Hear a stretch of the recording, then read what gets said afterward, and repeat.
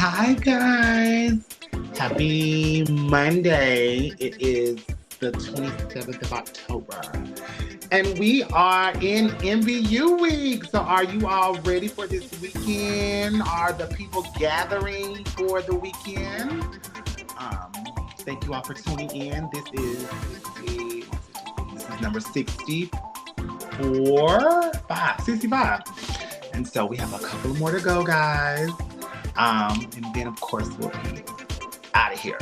So a couple of house announcements. Please share the live because we have a great one of my favorite plus size girls right now. She's on. Talked to us for an hour or so about her life. What's up, Ace? Um, will Universe be live streamed? I'm sure it will be. I'm sure D West will live stream it. So this weekend, I don't think what happened this weekend. We have any pageants? Anything happened this weekend? I know last week was USofA at large as well as the Mr. Miss. I don't know if Wendell's coming in to talk about that. Other than that, it was Alabama State in my alma mater's classic, and we lost like 56-13. And I lost a bet, so I had to wear an Alabama State University shirt all day and post it on my other social media and on my Instagram. So I am devastated to have to wear that. But yeah, other than that, child, it's been a great weekend. I went to Halloween Party Friday. Classic was this weekend. I was booked down there in Birmingham at Al's on 7th with Sierra Campbell and the girls. And I had a great time doing it for the people down there in Birmingham where I started years ago. And then Sunday was like a chill day. Came back, it was storming, raining. I was in my bed, eating things I had no business eating. I was asleep. Yeah. So other than that, this week, of course, you know, we have Lindsay on tonight. Tomorrow we will have celebrating his 1 year back as a ruler, Exotic. So tune in tomorrow at 7. And then this MBU starts Thursday. I think it's the review show, REVUE, not REVIEW. On Thursday, I believe it's at Best Friends. So if you're in the city early, go and check out the rulers as well as the former rulers as they put on the show for you. And then Friday we have starts the Grand. So good luck to those 7 ladies that have qualified and are competing. And of course, farewell to Ava on her reign as Miss MBU Grand. And then Saturday we'll start the Mr. and Miss. I think it's 5 girls. I'm not really sure how many guys. I think it's like 10. So well wishes to all of them. And of course, we'll see out Jada and St. Laurent on Sunday. Monday, from 4 to 9 at Lips, it's Flame Monroe's He, She, We production. It's her green party. And so she's having that before the Monday night show. So you don't have to pick which one you want to go to if you're going to miss anything. It's before. She's being respectful to the new rulers for her green party. She has tickets available. You can go to her page and scan the code, or I believe you can buy at the door. She was off on the number, so there's more tickets to be sold or can be sold. Should be a great show. It's a battle.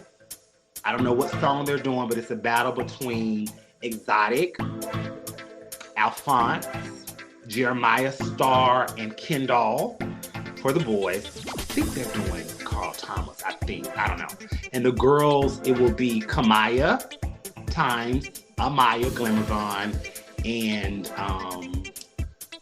Deasia Cassidy. And then in between that, you'll have entertainment from myself, Doree. Oh, y'all hear the music? I'm sorry. I'm so sorry.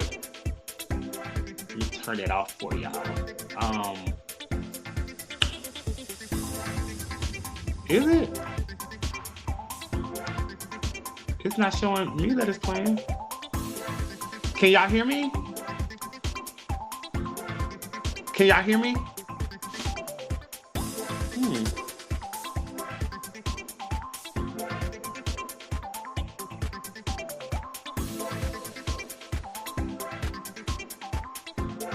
Oh gosh. Okay. I don't know what I done did. Can y'all hear me now? How about now? Can y'all hear me now?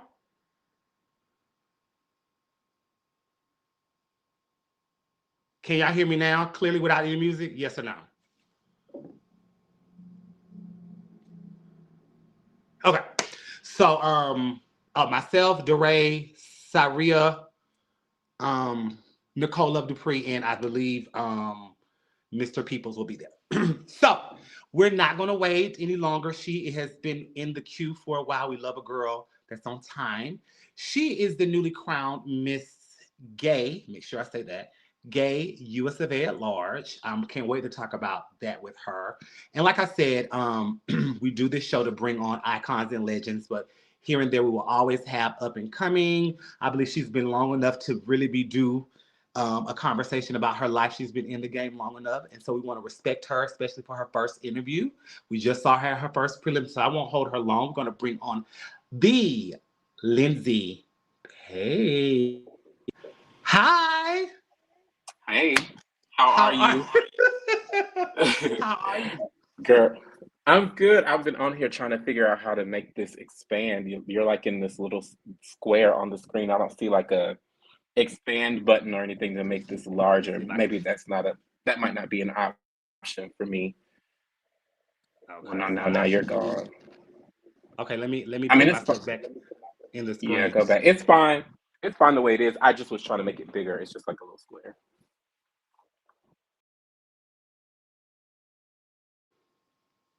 Okay, there she go. There she go. Why is it doing that? Can you see me? Okay, there we go. Can you hear me? You're muted. Okay, there Okay, you can go. you hear me now? Yes, All right. perfect.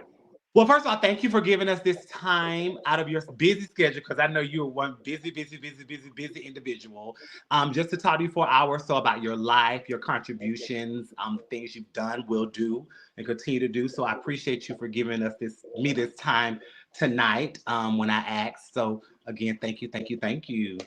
Absolutely. I'm thankful that you asked as well. I appreciate everything that you've been doing. This has been awesome to watch these. So to actually be doing my own is kind of cool and kind Yes. of, but yeah, thanks for having me. So let me ask you this first question.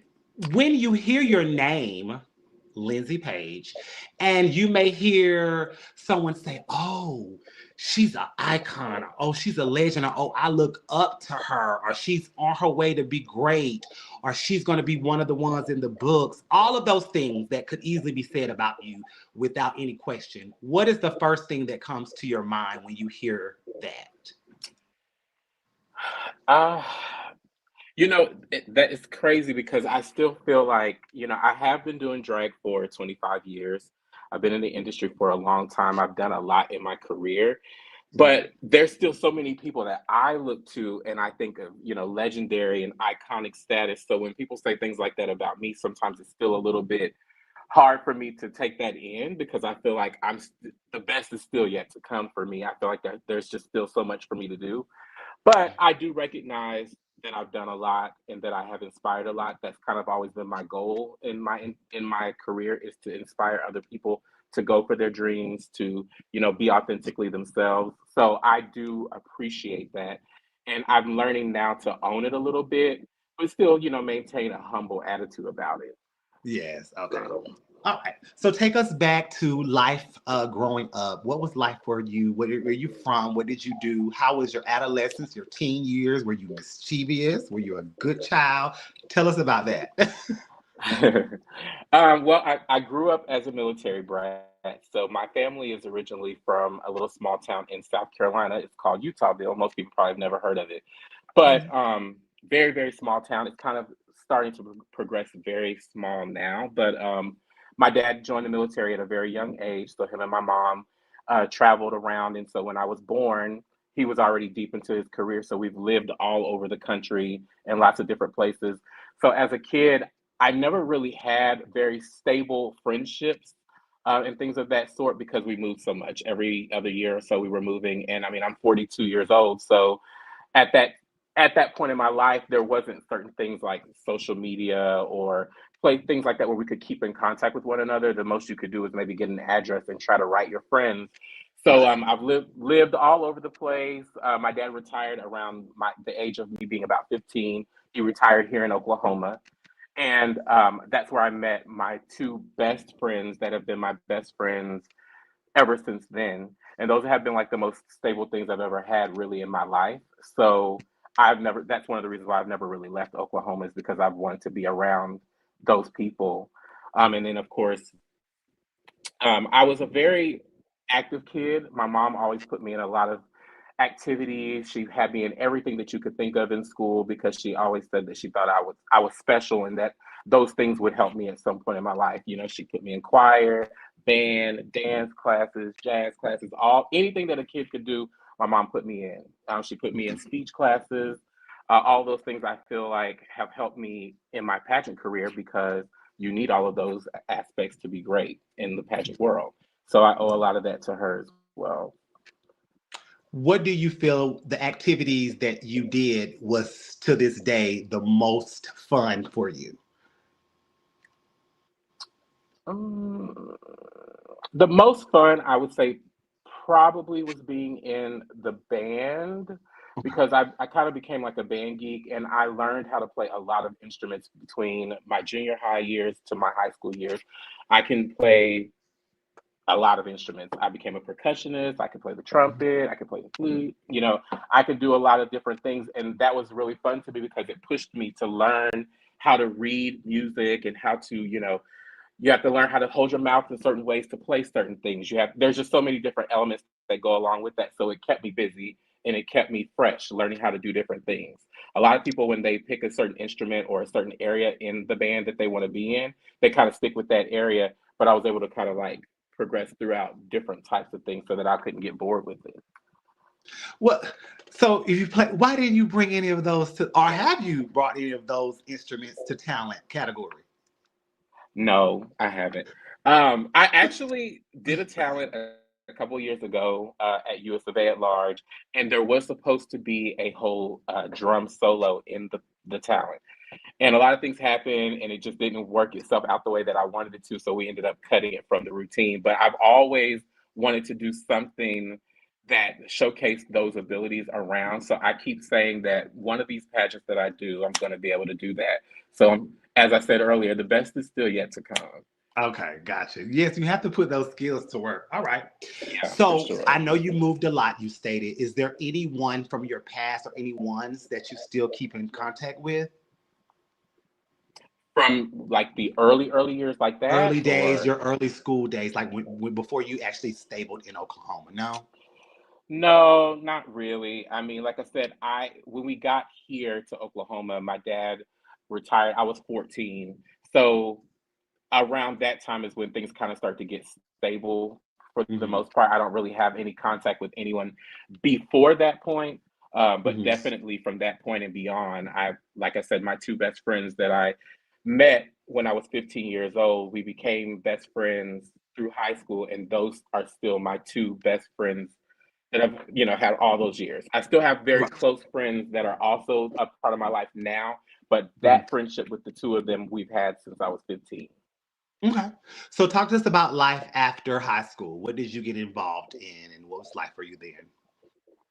So, life after high school, originally, I mean, I had a plan to go to college and all of that. Like I said, I played a lot of instruments and everything. So I had a lot of opportunities to get to go to school and to do those things. But when I got out of school, to be 100% honest, I was super burnt out, because I was involved in so many activities, so many things going on. So my plan was to go to college and, go and get a degree and all of that. But I didn't see that for me at the time. So I told my parents that, I really wanted to not go to college, and that I wanted to kind of pursue a career in female impersonation. And I had really just started to learn a lot about drag, but it was the first thing in my life that I felt I could be really, really good at, but also just really express myself 100%. And I had started to see other individuals around the country that were building a career doing it. So I said, well, I've always excelled at things that I want to do if I put my mind to it. So I knew that if I wanted to do that, I could. And my parents at the time, I didn't know what they were going to say, but my dad, he was like, you've always been the best at anything that you've done. He said, so if that's really what you want to do, then we're going to support you. But, there's no turning back, when you decide to make a decision like that. So that's kind of what I did. I started, a career in female impersonation. For a small time, I did decide to go to travel agent school just to give myself like a little trade or whatnot. I went to do that. I graduated from that, got my certification, and I started working for Expedia.com. Well, this was in, 2000, the early part of 2001. And so shortly thereafter that, September 11th happened and all traveling came to a halt. So I kind of like went through the schooling, got the certification and everything like that, but then I had absolutely nothing to do with it because there was no traveling happening or anything. So then it further made me feel like, maybe I need to keep going towards female impersonation. So I started, dabbling more into that. As time went by, traveling started picking back up. So I did kind of have that job to lean back on as well. But drag has always been my love. Fast forward a couple of years afterwards, I kind of got out of that industry and I started getting into the like food and hospitality industry because I thought that that was like a really easy job to have as a traveling artist because I could kind of make my own schedule and do the things that I want to do. So I kind of got into that and started to build some experience and years into that. And then I started to move high up into management level doing that. So I spent several years being, AGM or GM for restaurants and in different chains as well. And then I started winning national pageants and really getting to travel a lot and go all over the world. And it was kind of hindering me. So again, I found myself at another point where I needed to make a decision and I went back to my parents, even though at this point I'm an adult, and I was like, ooh, I feel like I need to let a part of this career go for now because I'm really starting to progress in my drag career. I'm really starting to do the things that I really want to do. And this job is hindering me from doing that. So again, my dad and my mom were like, if that's what you feel like you need to do and that's what's going to make you happy, then do that. And so I did do that. So I maintain a, higher level where I work, where I'm a corporate trainer. So I do get to do a lot of things on a management level, but I also still get to kind of like make my own schedule. It's not quite as demanding. So it's given me the opportunity to be able to enter and win all of these pageants and to be able to travel as much as I want. Gotcha. Now, back up. When you went to your parents the first time and let them know this is what you want to pursue, did you expect them to be so accepting of it, or did you think they were going to say absolutely not? I expected my mom to be accepting because I feel like as a kid, I always felt like my mom was like my best friend. She always just whatever it is that I wanted to do, she would support it no matter what. Even when it was probably not the best choice, she would still support it if it was what would make me happy. My dad, was in the army for 20 years. He retired. He became the warden of a prison for 20 years. He retired. So my dad was a very, is, a very strict person to a certain extent. So it was a little bit difficult to have the conversation with him because I didn't know how it was going to go. I didn't know what he would say or what he would think. But he, he shocked me because, like I said, he just said, you have always been great at what you do. So I'm going to always support you doing what you want to do. So I didn't expect him to support me the way that he did, but he did. And to be 100%, I feel like my dad is like one of my biggest fans, really. My dad is now, my mom and my dad divorced when I was younger in my teenage years, but my dad remarried. And my stepmom, is a little bit younger, but she's super cool as well. She fangirls over me. She follows me on all social media. So like she's constantly, showing my dad all these types of things. My dad's going to be 70 next year, so he's a little bit older.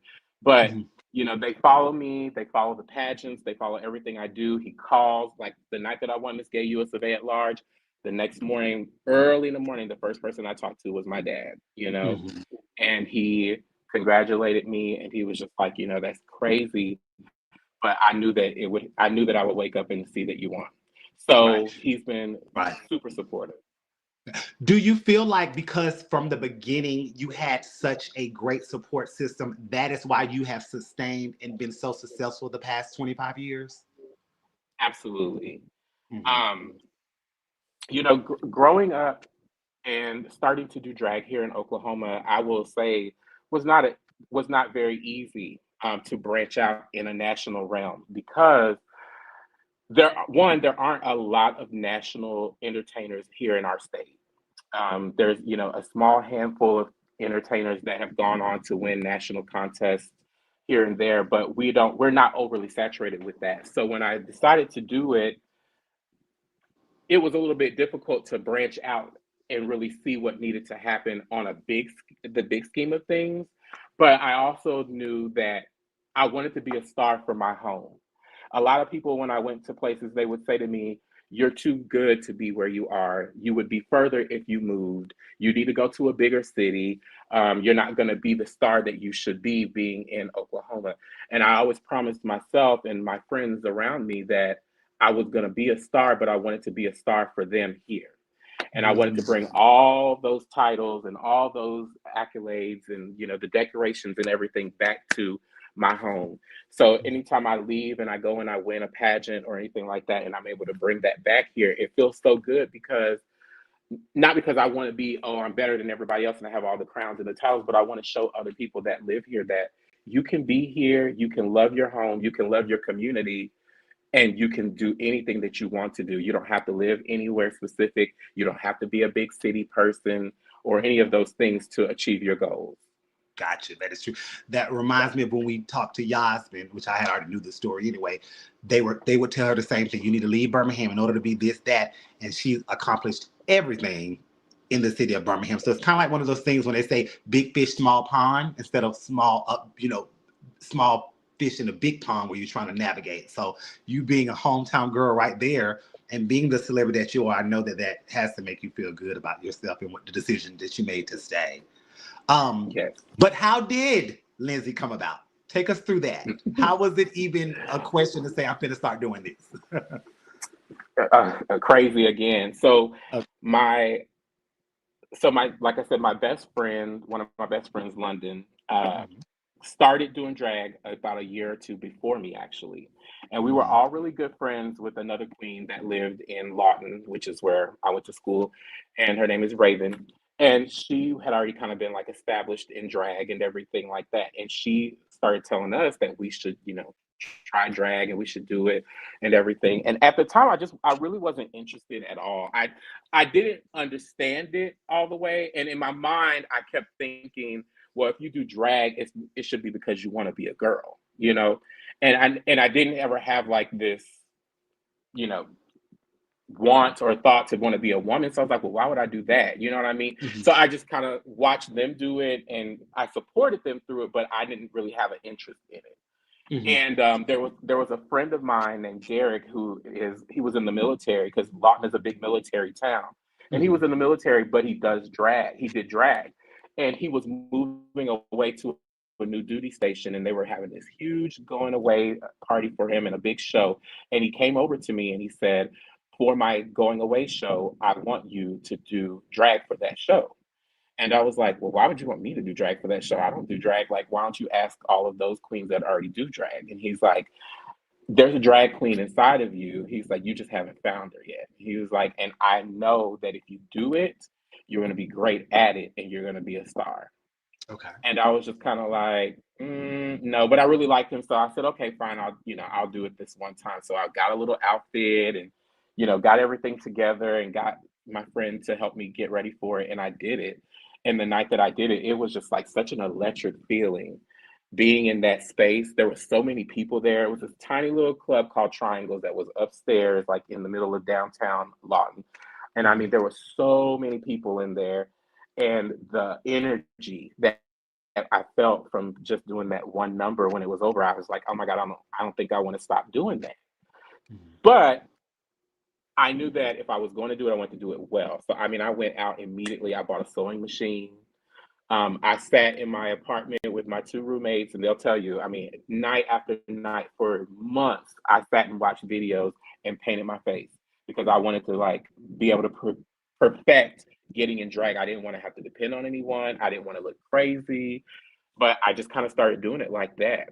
And I thought, okay, I'll do it a little bit here and there. And then at the time, Rachel Eriks, who was a former Miss Gay America, she had just won Miss Gay America. She lived in Oklahoma City, but she had a show in Lawton. So she put me on her show. Well, right as she won Miss Gay America, she started telling the owner, hey, I'm going to have Lindsay host this show when I'm not here. So I kind of jumped right into becoming a show host and having all of that. And she got super busy. So he eventually let her go, and the show became my show. And that's kind of how Lindsay Paigr really was born and kind of became a thing.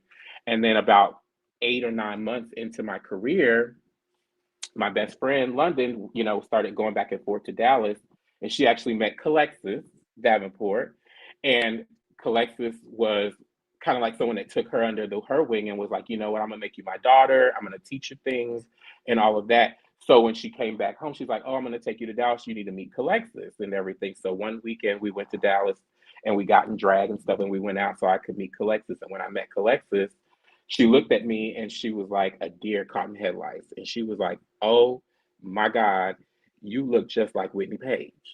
And I was like, who is, like, who's that? Because I had no idea who that was at the time. Right. And she's like, oh my God, you don't know who Whitney Page is? How are you a drag queen and you don't know who Whitney Page is? I was like, I haven't even been doing drag a year. I'm only 21 years old. I don't know who that is. She was like, oh my God, come with me now. So she drug us down the street to the Rose Room. We went inside, and Whitney was, on the showcast at the Rose Room at the time. And so she took me upstairs and she's like, Whitney, you've got to come out here and see this queen. She looks just like you.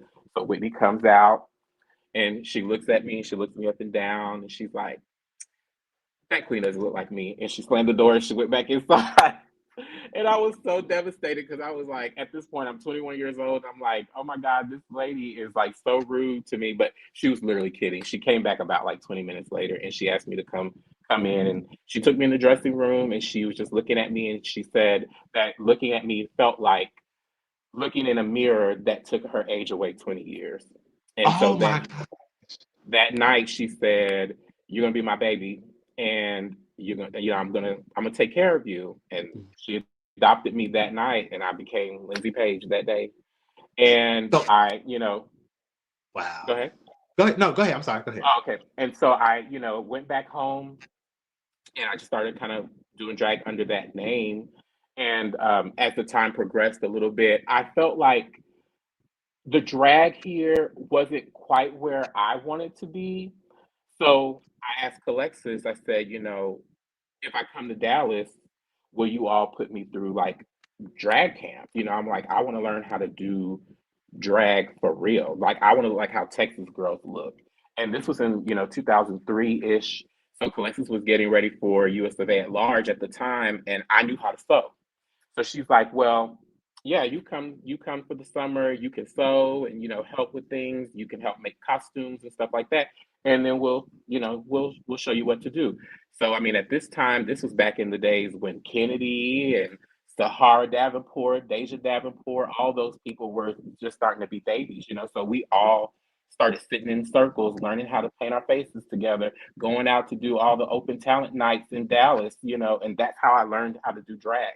By the time the summer was over and I went back to Oklahoma, I was a whole different queen. And I really never looked back. Prior to you meeting Whitney, you were Lindsay, but what was your last name, or did you even have one? Yeah, so I was Lindsay Ramone, and I don't know where I got that from, but that was just kind of like a name that me and my friends we had ended up coming with. I always knew that I was gonna be Lindsay. When I was in school, I had two really good friends, and both their names were Lindsay. So when I decided to do drag, I don't know, I just adopted that name, but I didn't have the page because I didn't know Whitney. And so Raven Del Rey, the queen that I was telling you about earlier that had originally put all in drag, she was like my original drag mom for the most part. I mean, even though it was for a few months before I met Whitney, I would have never even done drag if it weren't for her. So she still lives here in Oklahoma. I acknowledge her, still as my original drag parent because she really kind of started me out. She's the first person to put me in a dress and a wig and everything like that. But I just so happened to meet Whitney so early on. And when I even talked to her about it, she gave me her blessing because she's like, Whitney Page is an icon. The fact that she wants to take you under her wing is, going to be life-changing for you. It's going to really help you be anything you want to be. Okay. Okay. Great. So we'll take a pause from drag and let's get to know you on a personal level. What is your favorite food that you could eat all day, every day if you had to? Ooh, if it wouldn't make my back expand, it would be Italian food because I love anything Italian. I love pizza, pasta. I mean, I love Italian food. I love to cook Italian food. I love to eat Italian food. Mhm. Um, but it's just so fattening. But it's my favorite. The pasta and so you're oh girl, the Olive Gardens and things that Yes, yes. Olive just Garden, thinking of, any garden, yes, okay. anything that has Um, some Italian food. yes. What color makes you smile? Oh, oh, wait a minute. I think you. Uh-oh, did she leave? I think the connection. Okay, can you hear I me? can, yeah, I can hear you. Uh-huh. Okay, I think we There you lost go. connection for a second. Now, what were you Yeah. saying? What color makes you smile? Red. Red. Everyone likes red. Do you have a reason why, or is it just because it looks good on you? I don't know. I've always loved the color red. Even before I got involved in drag or anything like that, I just always liked the color red. I always felt like red looked good on me. I like to have red things. Like even in my house, I'm looking around right now. My house is like the main color of my house is red, white, grays, and everything. So there's a lot of red in here. I just always like red. And then drag made me love red even more because I feel like red is such a sickening drag color. Like red Yes. rhinestones, everything that's red just looks so good. So red Mhm. has just always been like my favorite color. I also really like pink a lot too, but red is definitely my favorite. Mhm. Your favorite pastime? Oh, I am an crime TV junkie. I Mhm. love like the ID channel. I love Law and Order, like anything like about crime and stuff like that. I can sit and watch those all day. So even if I have 20 or 30 minutes, I can just catch a little piece of an episode. Like that is definitely my favorite pastime. Now, are you good at solving them while you're watching them? Most times, yes. And Okay. I really like the ones that are like true stories. So I like to watch the more like documentaries or Uh-huh. the ones kind of like on ID because those are actual stories. And I like Mhm. to I'm a geek about it. So I like to like pick up my phone while they're happening and I'll look the story up Yes, and look kind up and of see what's see going. what happened, where those people are now, what's going on with it. I Yeah. love that. That's like Okay. my favorite thing to do. You're very you come off very calm and you know just calm spirited. But what ticks you off? What's your biggest pet peeve? Really, oh gosh, my biggest pet peeve I really feel is just kind of it's cliche, but it's really just negative people and negativity. I feel like there's such a negative bubble that comes with this industry that we're in, and and just being in the gay community sometimes as a whole. There's just a lot of negativity. There's a lot of cliques and just different things of that nature.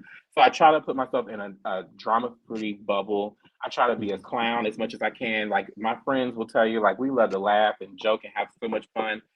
I just went to Miss Texas USofA this past weekend, and I got to go with two of my really good friends, Donnie and Geneva. And the road trip was, oh my God, probably the highlight of the entire trip because we just showed out the whole time and just acted a fool.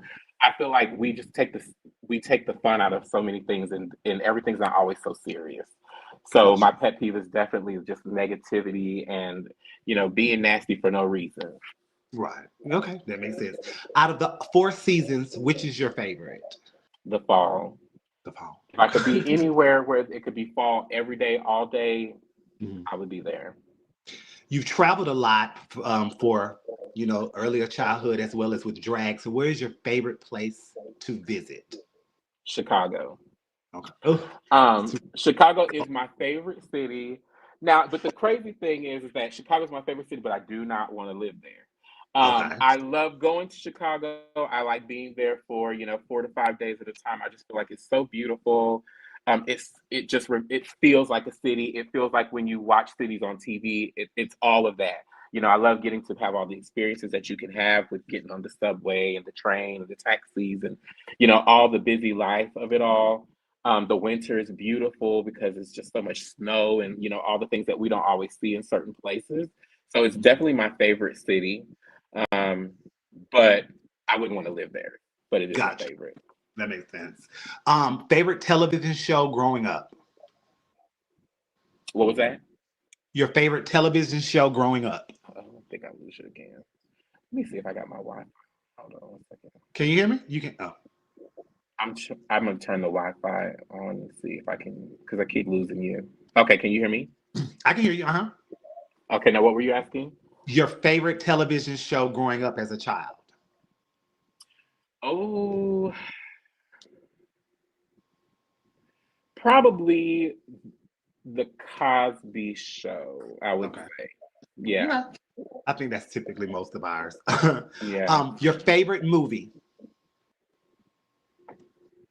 Deliver Us from Eva. Oh my goodness. Okay. That just came on the other day. That's so crazy. I Hmm. watched it the other day. Okay. Yeah, Why? Why particularly that one? Just because of the dynamics of it, or I love Gabrielle Union, one, okay. and but I feel like her character in that movie was just like literally so much fun. She was just such a bitch, Yes. and she never and like her character. But I love the fact that she cared so much for her sisters and everything like that, and she had that hardcore, but someone actually made her fall in love and kind of got to her, and that kind of story is kind of cool because sometimes that really does happen in real life. So I just really like that movie. I think I watched it on repeat for months when I first got the DVD. I love that Yeah. movie. Three things that you know you can work on about yourself. Three things I know I can work on about myself is letting go a little bit. I'm a control freak, and I don't like to delegate things and tasks to people a lot. So sometimes I do get a little bit bogged down because I try to do as much as I can for myself. Mhm. Um, I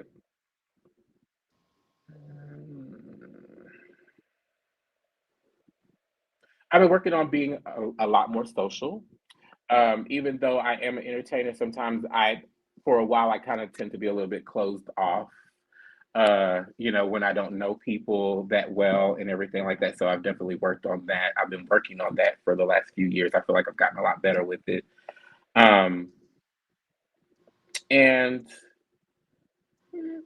I would say just to have a little bit more fun, just relax, not be so serious. I'm super serious about everything when it comes to, my career or like my actual job, my drag job, everything. I'm very serious. I do not like to like let my hair down a lot when it comes to those things. I'm very serious about it all. So sometimes I think it's okay to just let go a little bit. Why do you think that you have become or have been so serious about both? Clearly, they definitely need to have an aspect of being serious. But why do you think Mhm. you're so serious about it to the point where sometimes you have to tell yourself to let Well, your hair down? kind of growing up doing drag around, people like my drag mom, Whitney, and people like that, it's always been looked at as a business. It was never something that she said, oh, this is a hobby or this is like, anything other than a business. And she was definitely a business person. So she took drag very seriously. So that was, kind of what I learned immediately was that this is what it's supposed to be. You're supposed to take it serious. It's a job. It's a lot of money, a lot of effort that goes into it. So it needs to be serious. And so that's just always the way I've looked at it as a business. Okay. Okay. Got you. What is your passion in life if you found it? Really, I feel like my passion is my creativity. Like I am such a creative person.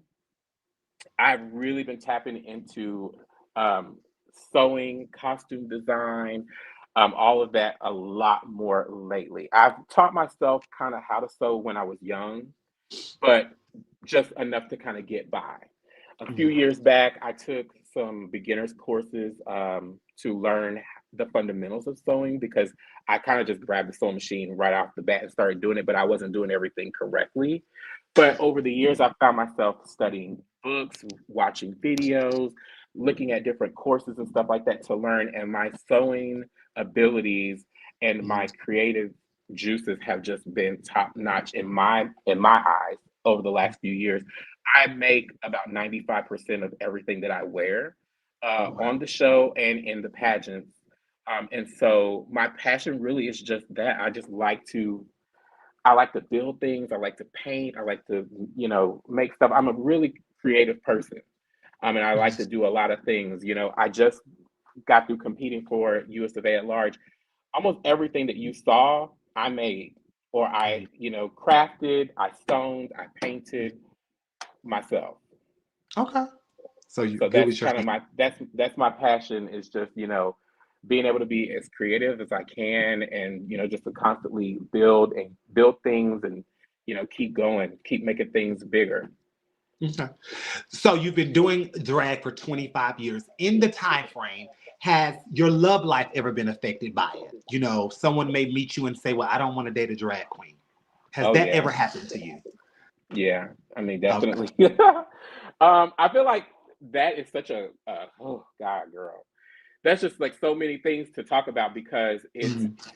to me, has progressed so differently throughout years. I feel like when I started doing drag, it was at a time where boys really didn't want to be with boys that did drag. Mhm. Like, society said, oh, you shouldn't be with someone that dresses like a girl and that does this and that. And a lot of people don't understand drag, so they don't realize that it's legit a career for some people. They just look at us and think, oh, cross dresser, or whatever. So at the beginning stages of drag, I kind of struggled with not having a love life, because I didn't really have anyone that I could find that wanted to be with a drag queen. Then I became a popular drag queen. So then I started running across the individuals that wanted to ride the coattails and be, the husband of this this queen, because everybody's going to treat you good, everybody's going to take care of you, everyone's going to, buy you all the drinks, you're going to have all these amazing experiences because you're with this queen. So Mhm. that you go through all of those things. Then being in a serious relationship, I've been in those as well, where sometimes it's hard for another individual. I always say that being with an entertainer is takes a very special person, because you have to share the person you love with the world. Mhm. And that is a hard thing for people to do sometimes. And so for myself, what I had to learn throughout all of that is how to create a balance, Mhm. because it can get crazy, it can get busy, it can be all of those things. And it's super demanding sometimes to be an entertainer. But if you really love someone, you have to create a space where they feel valued as well. And so I've always, over the last decade or so, that's been kind of like my goal, is to try to make the person that I'm with understand that, like, yes, I am popular, yes, I am a high demand, but nothing will ever be more important than you know and so it's been a lot of different avenues when it comes to the in the dating world. What childhood memory has shaped you to the adult that you are today?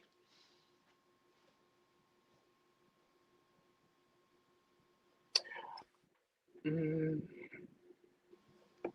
I can remember maybe being about 8 or 9 years old, and walking through one of the stores with my mom, and we were shopping, and I can remember seeing a guy go by, and for some whatever reason at this time, I just thought that this guy was stunning. Like, he was very attractive, and it was like the first time I ever really thought that another man, was attractive. And at this point, I mean, I wasn't thinking about him sexually or anything, because I'm only like, 8 or 9 years old. But something about him, I found it, like, I thought he was nice looking, and I like followed him through the store, like, with my eyes, and my mom kind of like looked at me, and I could tell at that time, like, she kind of knew why, or what was going on. And so later on, when we got outside, she said, "What did you think?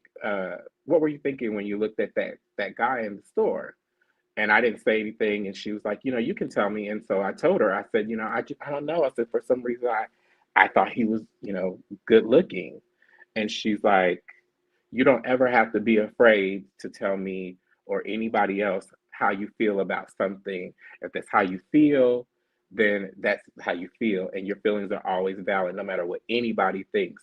And I feel like that moment always resonates with me, because I kind of developed that attitude from that point on through. I've never really cared what anyone thought or felt about what I want to do with my life, because Mm. it's mine, you know? Right. And and that kind of made me feel like it's okay to be whoever I want to be. And my mom has always made me feel that way.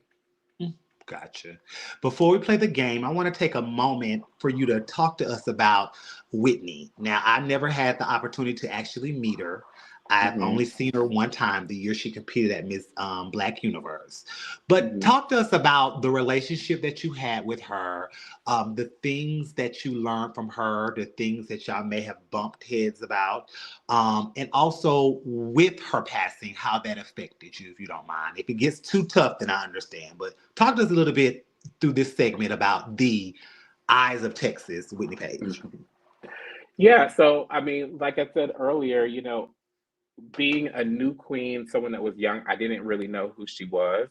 And so when I met her, she, just looking at her at that time, like you could just see that she was larger than life. But after the fact, after she adopted me and everything, I felt like I wanted to really research and understand what I was getting into. And Mm-hmm. then anytime I mentioned her name to anyone else, the way that people lit up about her, they were just like, oh my God, Whitney Page, Whitney Page, Whitney Page. And I started to, buy videos and VHS tapes and like research her and look her up and see the things that she had done. And I was just always so amazed at her presence. I don't think that there's really a entertainer I can think of that really has the presence that she had as as a queen and just as a person. Anybody that's ever come into contact with her will always just have some kind of a story or experience. So it was like really cool to know that she wanted me, to be her kid. And so as the time progressed and I started to get to know her, she would come to town a lot. And, she'd always send me a message and be like, Mother's coming to town. Are you going to have a big lunch ready for me? And so that would be like our thing. Like I'd, cook like this whole spread and she'd come over to my house and we just eat and talk about things and we talk about pageants and she would just tell me about all of the experiences she's had. And she was a very transparent person. She did not have the perfect life. She had a lot of things that happened in the earlier years of her life, between going to prison and just like different things like that. And she was never ashamed of those things. She always, talked to us about it and kind of like shared her experience so that we wouldn't make some of the mistakes that she made as, a younger adult. And I just always valued that because she became really like a true parent to me. And to have her as a drag parent my entire drag career, I was a kid. I was a baby. I was 21 years old. So I learned so much about how to be an adult and how to be a business person from her. Um, and we shared a lot of pageantry goals. A lot of the things that she had already won or had been a part of were things that I was interested in as well. But then, of course, her being my mom made me want to do those things, which is why I wanted to be an All American Goddess at Large and a Miss Continental Plus and, a Miss USofA at Large and all those things, because those were things that meant a lot to her. And, um, so being able to have those experiences with her was really great. She always took me around to different places. She was a show director all over the place. So she would book me in Dallas, book me in Arkansas. And I mean, I've always been looked at as someone that looks like her. So that's kind of always been like my gift. Anywhere I've gone, people are like, oh my God, you look just like Whitney Page. And I mean, like, we legit look like a lot alike. Like, she looks like she could literally be my mom for real. Like, I look more like her than I look like my actual Right. um, so, I just feel like we bonded a lot through the years and through pageantry. We always got to talk a lot late at night and just talk about dreams and goals. And it really sucks when I think about it as much because I feel like I didn't get to do half the things I wanted to do that I wanted her to see before she passed. She passed, in 2013, and I'd only won one national pageant before then, but I hadn't done half of the things that I've done now. So I often just look up and I talk to her a lot whenever I'm like doing things, and I just always hope that she's proud of the legacy that I'm trying to carry on. And anything that I've done over the last several years, there's always a little piece of her, one way or the other, you can see a detail about something that I carry her through every pageant I've done. I don't know if you've seen my talent for USofA at Large, but I put her in, we put her in there. There was like a whole section where the dancers bowed down to Whitney because she's my queen. And I wouldn't be the entertainer that I am if it wasn't for her. So, Yeah. yeah. Um, how important is it for you to keep her namesake page going? It's super important because, like I said, I mean, she took a chance on me and, gave me these opportunities. And I feel like your chosen family is important because you choose them and they choose you. So just because she's passed away doesn't mean that I'm not going to honor her legacy. I've had lots of people approach me throughout those years that were like, well, do you want to have a different mom? Do you want to have another drag parent now that, since she's not here? And sometimes it is difficult to see, some of my like other drag families who's, has their moms and, everything to encourage them and to push them. But it's never made me feel like, oh, I want a new drag mom because she's my drag Hmm. mom, Right. you know? Got And it. Did so you it's all? super important. Yeah. Did you all ever in that? I want to say maybe 10 years because you said '03, so about 10 years. Did y'all ever bump heads about anything when it came to drag? No. Okay. Mm-mm. Okay. Honestly, no. Nope. Okay. I mean, we've never even, the only, in all honesty, the only thing that we've ever even had kind of like a disagreement about was when she started to get sick after she stepped down from AAG and she still really wanted to be Continental Plus. I did not want her to compete because I felt like competing was going to make her health worse, and it was just kind of like too much of a strain on her. She needed to take, keep as much energy as she had and just kind of be still and lay low, but she really, really wanted to compete. And I think deep inside, she probably knew that maybe she wouldn't be here much longer. And that was something that she didn't want to leave this earth not having. But for me personally, I felt like it was making her worse. And so I was like almost kind of fighting with her, not wanting her to compete. But everyone else was like, no, she needs to compete. It's her goal, it's her goal, it's her goal. And of course, when she actually did it, I was super happy for her, all of that. But I just didn't want her to do it because I thought you could you're going to make yourself more sick. You're putting too Right. much of a strain on yourself, going to rehearsals, flying around, trying to do this, trying to do that. You just came off of a national tour. Your body's just not Equipped strong for enough it. to do Yeah. that. So I Right. think that's maybe the only thing that we ever even had a disagreement about. And even that, it wasn't like bad or anything Bad. like that. It was just you Yeah. looking out for your mom and her health and what could come of that. Absolutely. Yeah.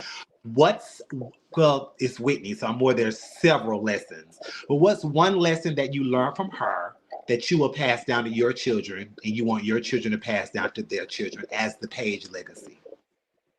The big thing that I learned from her really is, like I said earlier, is to maintain somewhat of a business aspect with drag. Make people respect your craft and what you do. I think that, if anybody knew her, like her famous thing was like, always about her money. She was always about being paid for the work that she's done, being, acknowledged for her accomplishments and things of that nature. I think that is super important because of the amount of time and effort and money that we invest in drag, that you make people respect your craft. Gotcha. And I think that as long as you're respecting it and you're doing what you need to do, then it's okay to expect that from others as well.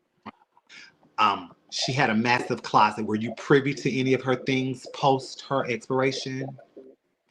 No, not really. Okay. So I did receive kind of like a bag of things from one of the people that had some of her stuff after she passed away. But I only got a very few things, but the things that I do have are very important. So Yeah. I actually own her talent costume that she wore when she won Classic, and I still have it in the tub that it was originally in. And when you open that tub, I mean, it still smells like her, and everything. And so I look at it all the time because it's like right on the shelf with all of my gowns and everything that I have. And I have a lot of her little clutch purses that she wear, a lot of her little pantsuits that she like to tip around in. I have a lot of those things. I don't have like any of you know, the big gowns or anything, but at the same time, I mean, we weren't the same size at all.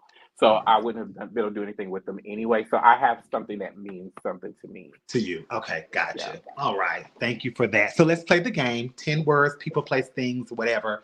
And you give us authentically the first thing that comes to your mind. And you can definitely give a brief summary for that word. Or for why you chose that word. So first, let me see. What's the first thing that comes to your mind when you hear or see your best friend London?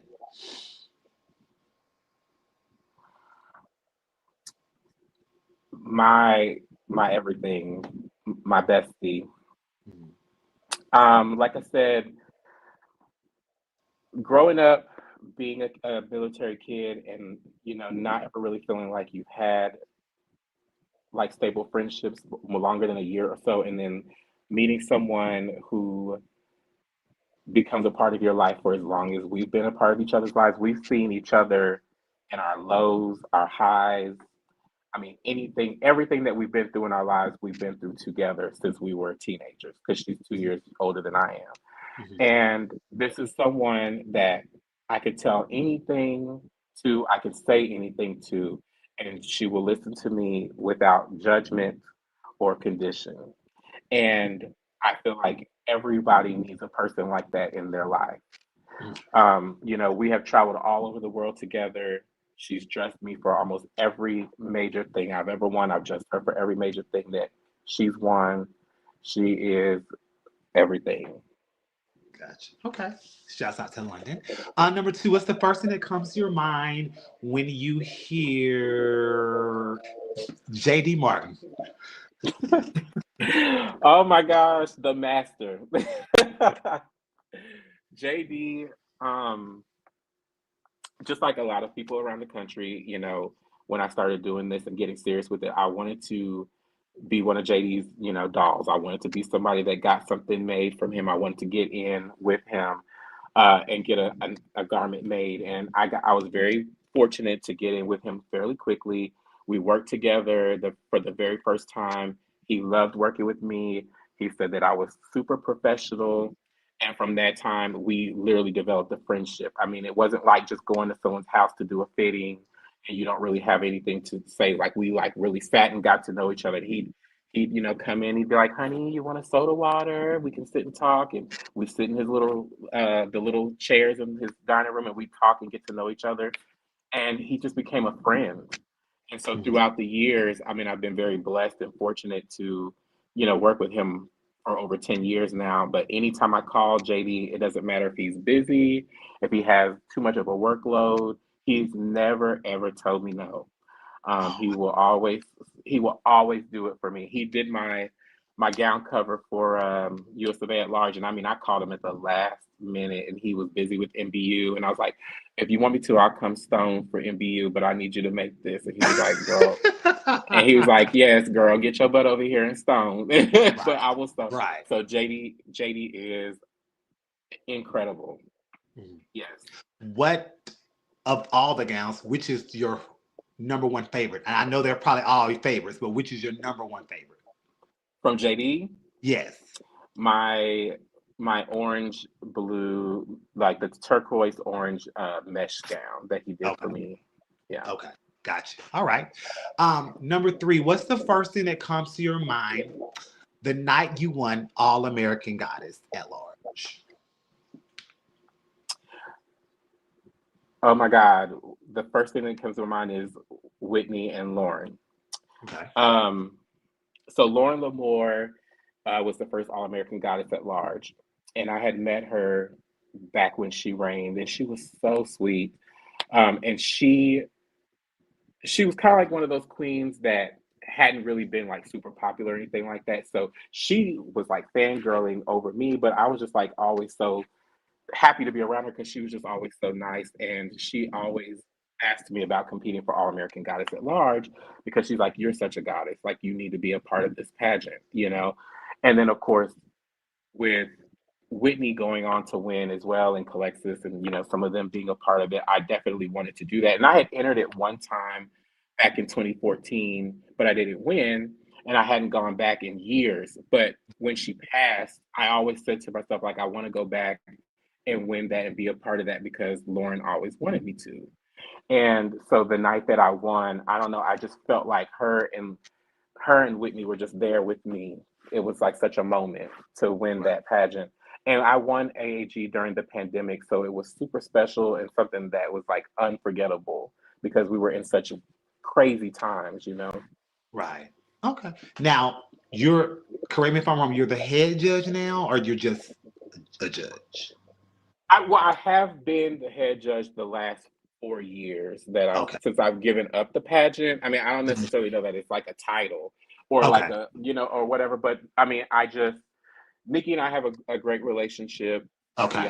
We always have, and she's like, you know what to do. The contestants are always super comfortable with you being there. You know the Okay. system inside out. So I've just done it. You know. Okay. Gotcha. And I see that it's a lot of growth going on this year. So I know that you're happy about that. I saw like all the Mhm. pre-wins, Anita. So shouts out to all of Yes, it. Okay. yes, I'm so Uh, proud of them. Number four, when you think of your home state of Oklahoma, what's the first thing that comes to your mind? My heart, they this place, they ride for me. These people ride for me.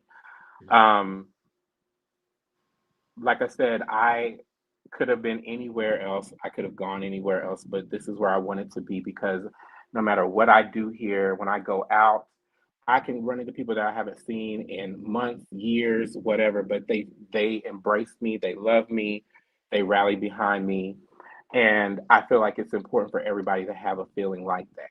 I don't work at, people ask me all the time about like home bars and stuff. I don't work at a bar here or anything like that on a regular basis. So people don't see Mhm. me all the time.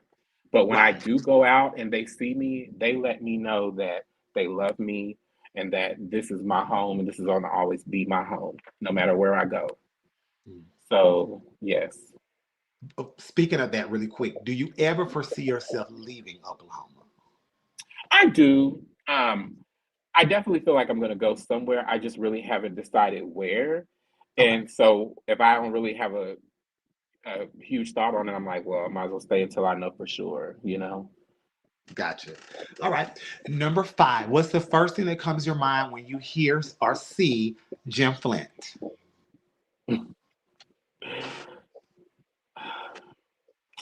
The father. Okay. Jim, it's crazy because I tell this story a lot, but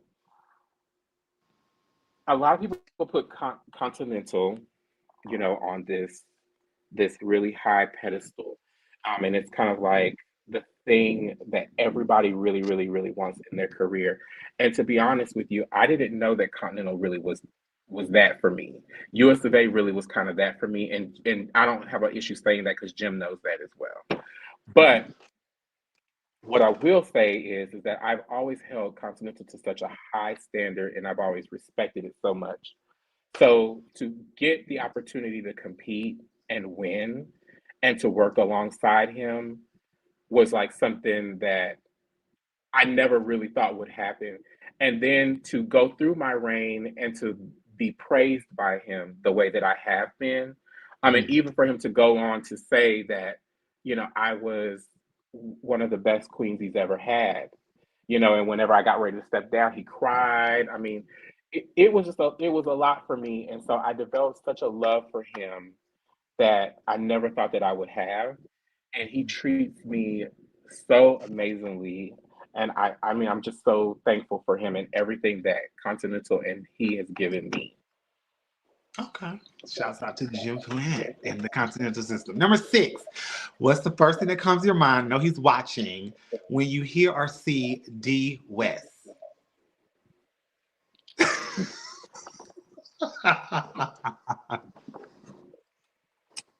The standard. Wow. The West made me see myself in a way that I never saw myself before. Mhm. He made me understand that you have to make people treat you like the queen that you are.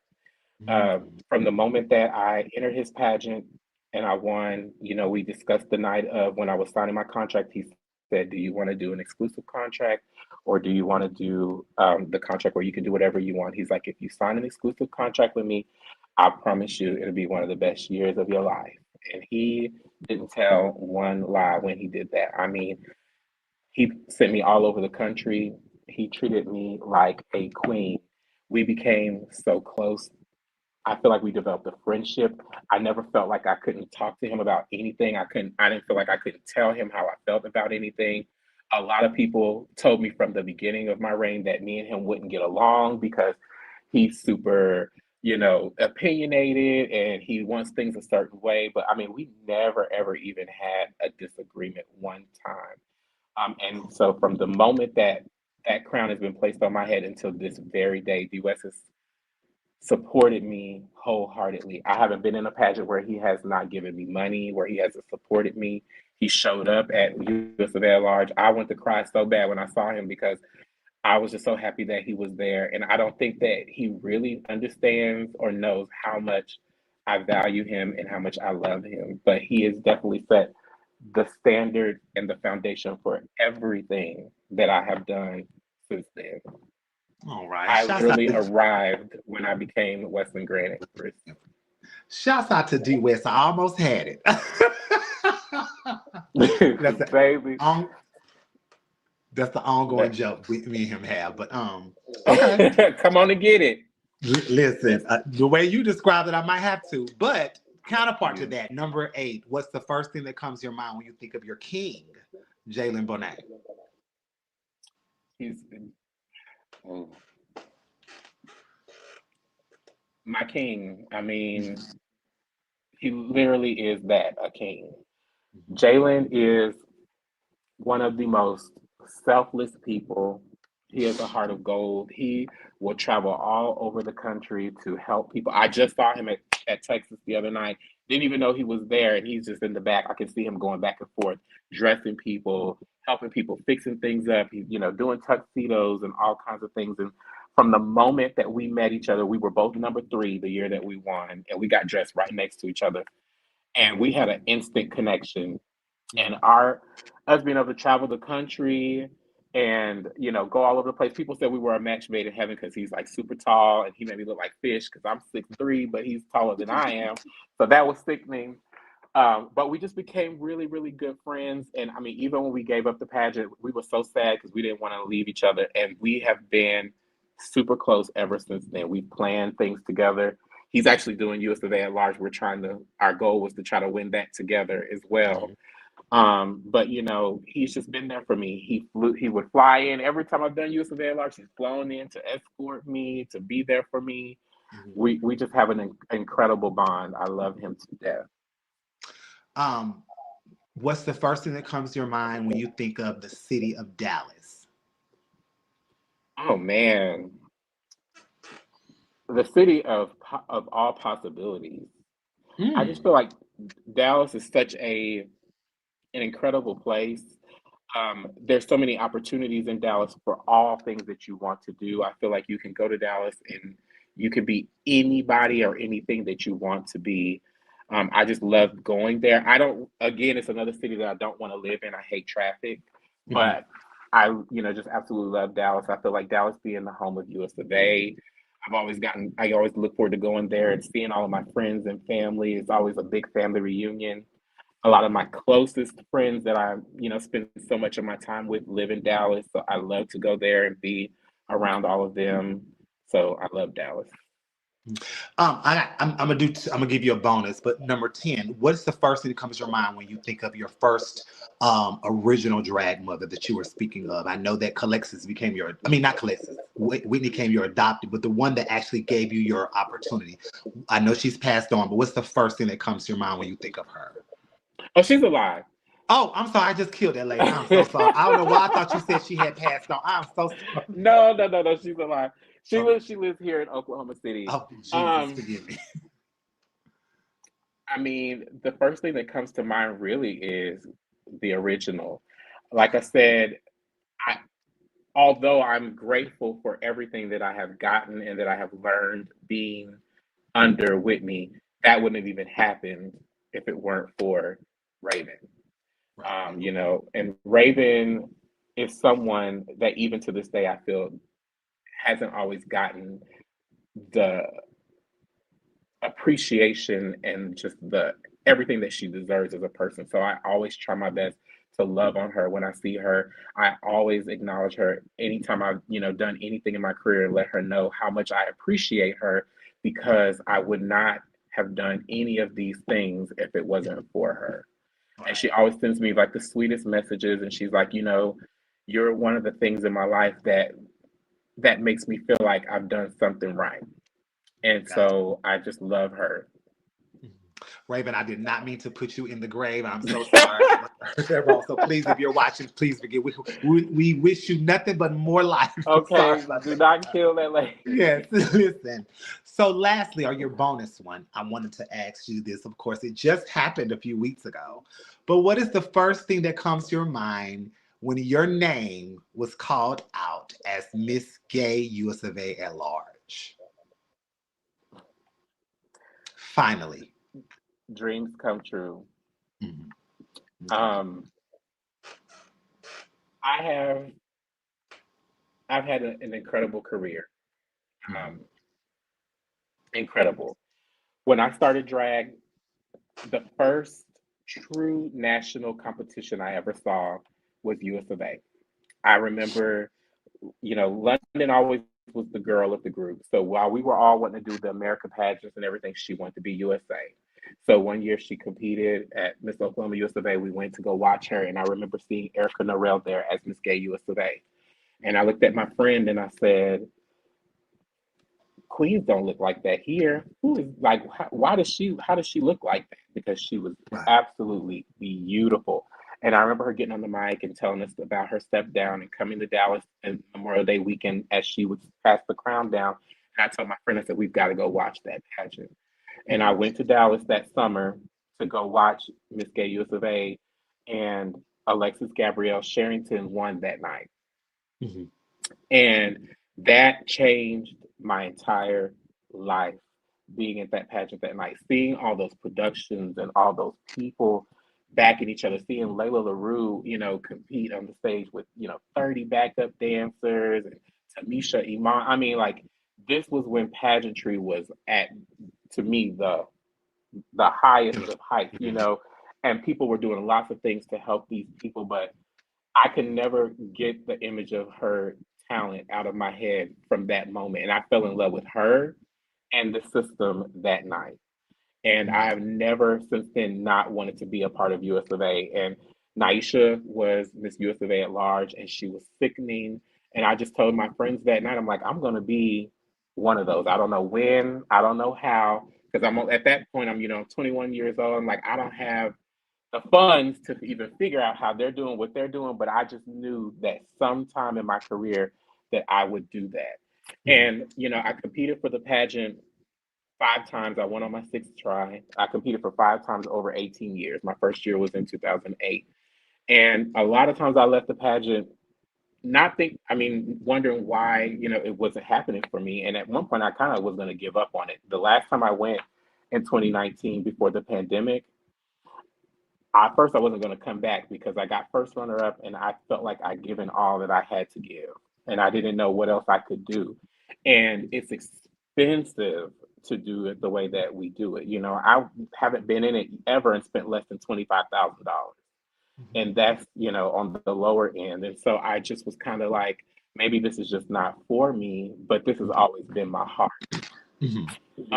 So, I decided to go back this time, and so many people around the country got behind me. I mean, I had never been so supported the way that I was supported this year. I mean, so many resources, sponsorships, thousands of dollars in sponsorships. I mean, just everything that people could do to be behind me, they did it because they wanted to see this dream happen and to see the looks on those faces and to see all of the Facebook posts and everything. Mhm. I still can't describe it. I've probably cried several times even since then because nobody really understands how much I really wanted to be US of A. I have Right. such an incredible year planned for this pageant. I have a lot of things that I want to do, and I really hope that I get the opportunity to make those things happen because this pageant has always been my love and my heart, and I want to give it everything that I feel it deserves. You have just experienced your first. Now, this was considered an official prelim for you, right? Yeah. Okay, so you just had your first prelim, and I just think I saw you have a new prelim that's starting. hmm Didn't you post something like that? So you're already working. Yeah. How was your first experience as the queen this past week? It was great. It was phenomenal. Texas US of A, anything Texas US of A is always just such an incredible time. It's always such an experience. And the crazy thing for me is that all these years that I've been following drag, I've traveled to Houston for Texas pageants all the time, and I attend as a patron or supporter. So to be able to be in that space this year as the title holder and to be embraced the way that they embraced me and the way that the promoters and the formers and the people that were involved and the contestants were all so sweet. It was just Mhm. such a surreal moment, and to stand behind the stage and still hear them announce to me as Miss Gay USofA at large is still something that I haven't really completely grasped yet. Mhm. But the Texas Collective, the promoter group, they are an awesome team. They put on an incredible show. I mean, the pageant was packed. It was just crazy busy.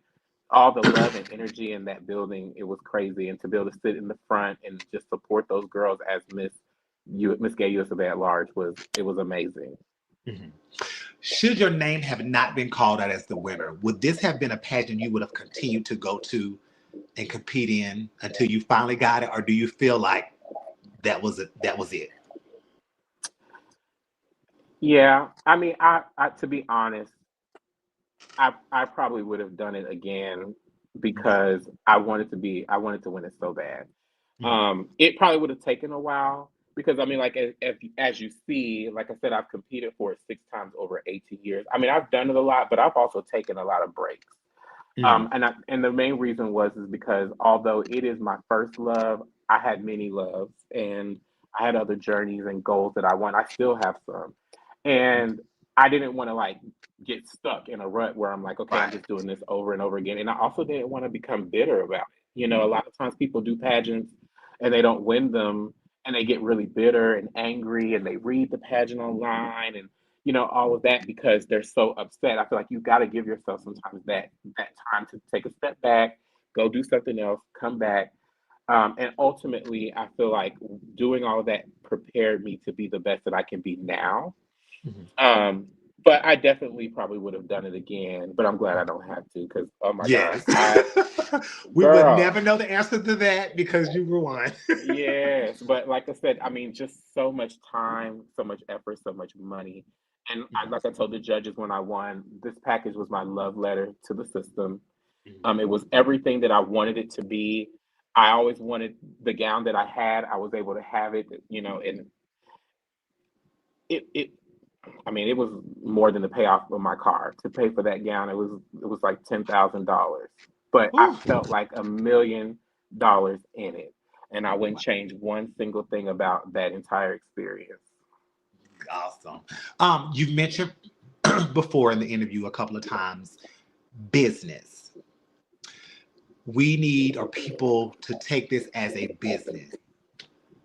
What actually have you learned in this art form, in the business aspect, that has sustained you for this long?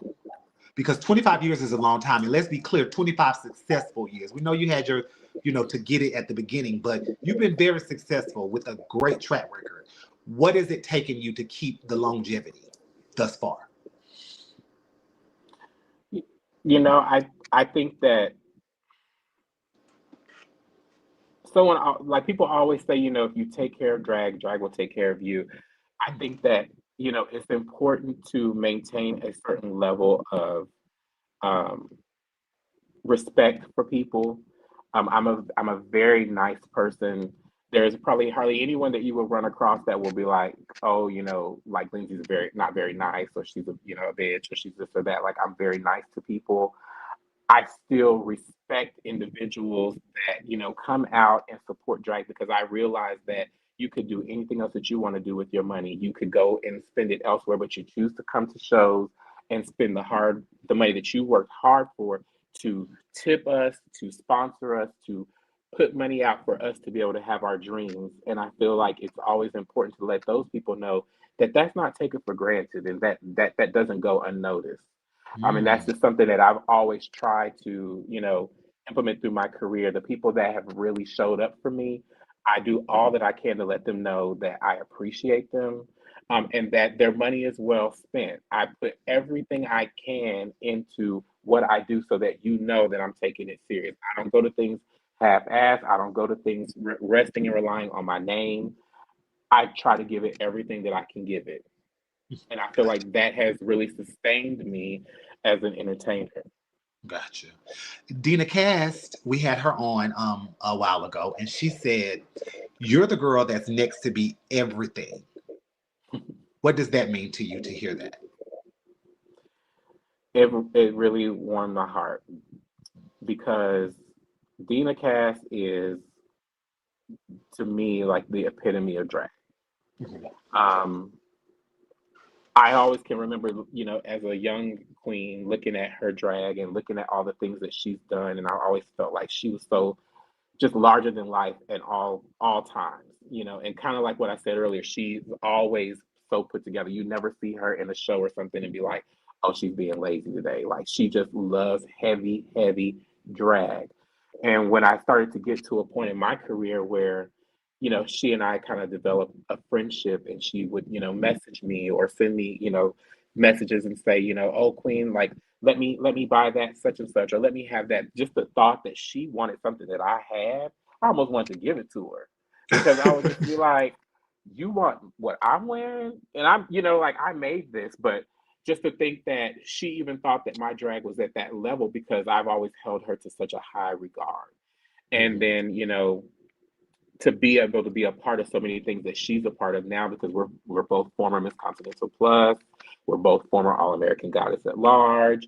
We've been able to be formers to a lot of things, and she always send me like little sweet messages and just kind of encourage me and let me know that I'm doing the right thing as an entertainer. So to see her say those things about me, I mean, it feels great. And it makes me want to do those things. I want to, Mhm. do what she said, that I'm going to win all these things. I hope so. I still have so many goals and so many dreams that I'm going to reach for. Right. When preparing for competition, what do you find to be the most difficult category for you,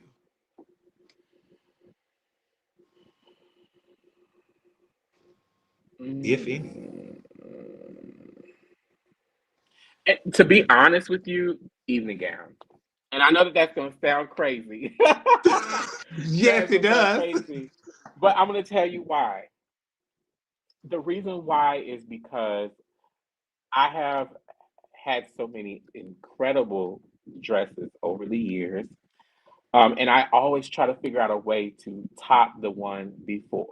And Hmm. I have gotten some like really, really nice things. And so I always feel like after the pageant, everybody's like, oh my God, your gown. Oh my God, your gown. Oh my God, your gown. And so whenever I'm going to another pageant, I always want people to still have that same excitement when they see the gown.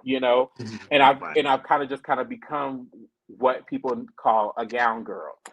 So I'm always like second guessing the gown, like, is this enough? Like even the gown I just wore, I was going back and forth between that gown and I had a whole different design that JD and I had looked at as well. And I was like, which of these would comparatively be the best and what's going to shut the building down, like where when it comes out they're going to be like, oh my God, that's the gown. But when I looked at the gown I wore, I was like, I could just see it in my head and I was like, this is going to cost a lot of money, but if I can do it the way that I see it, to me it's a perfect scoring gown. And thankfully I was correct. It was a perfect score gown. It But was. It was a perfect gown.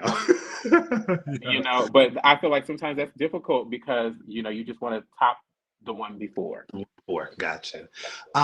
Lindsay, we're seeing uh, a shift when it comes to drag, especially our pageants and the numbers.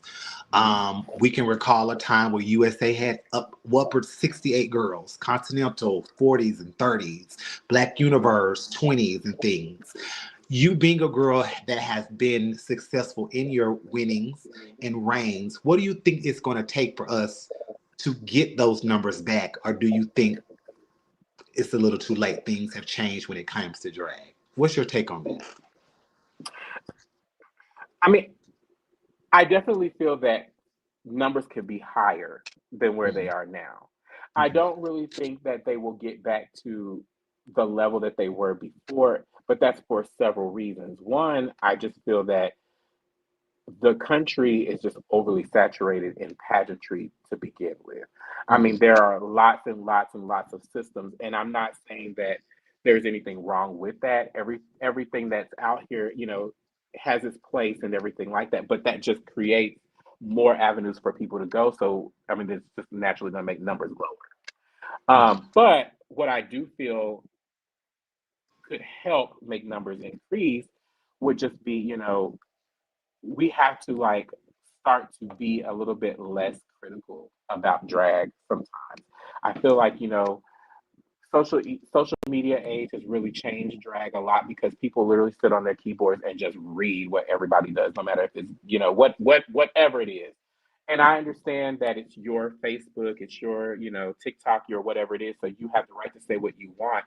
But when someone's invested, you know, half their earnings for the year into something and they've spent all this time going to rehearsals and doing all these things, and the only thing you can do is sit online and say something nasty about what they've done, that doesn't make other people that are maybe looking at that thinking, oh, I really want to do that next year, but I'm not going to do that for somebody to just sit here and, read me.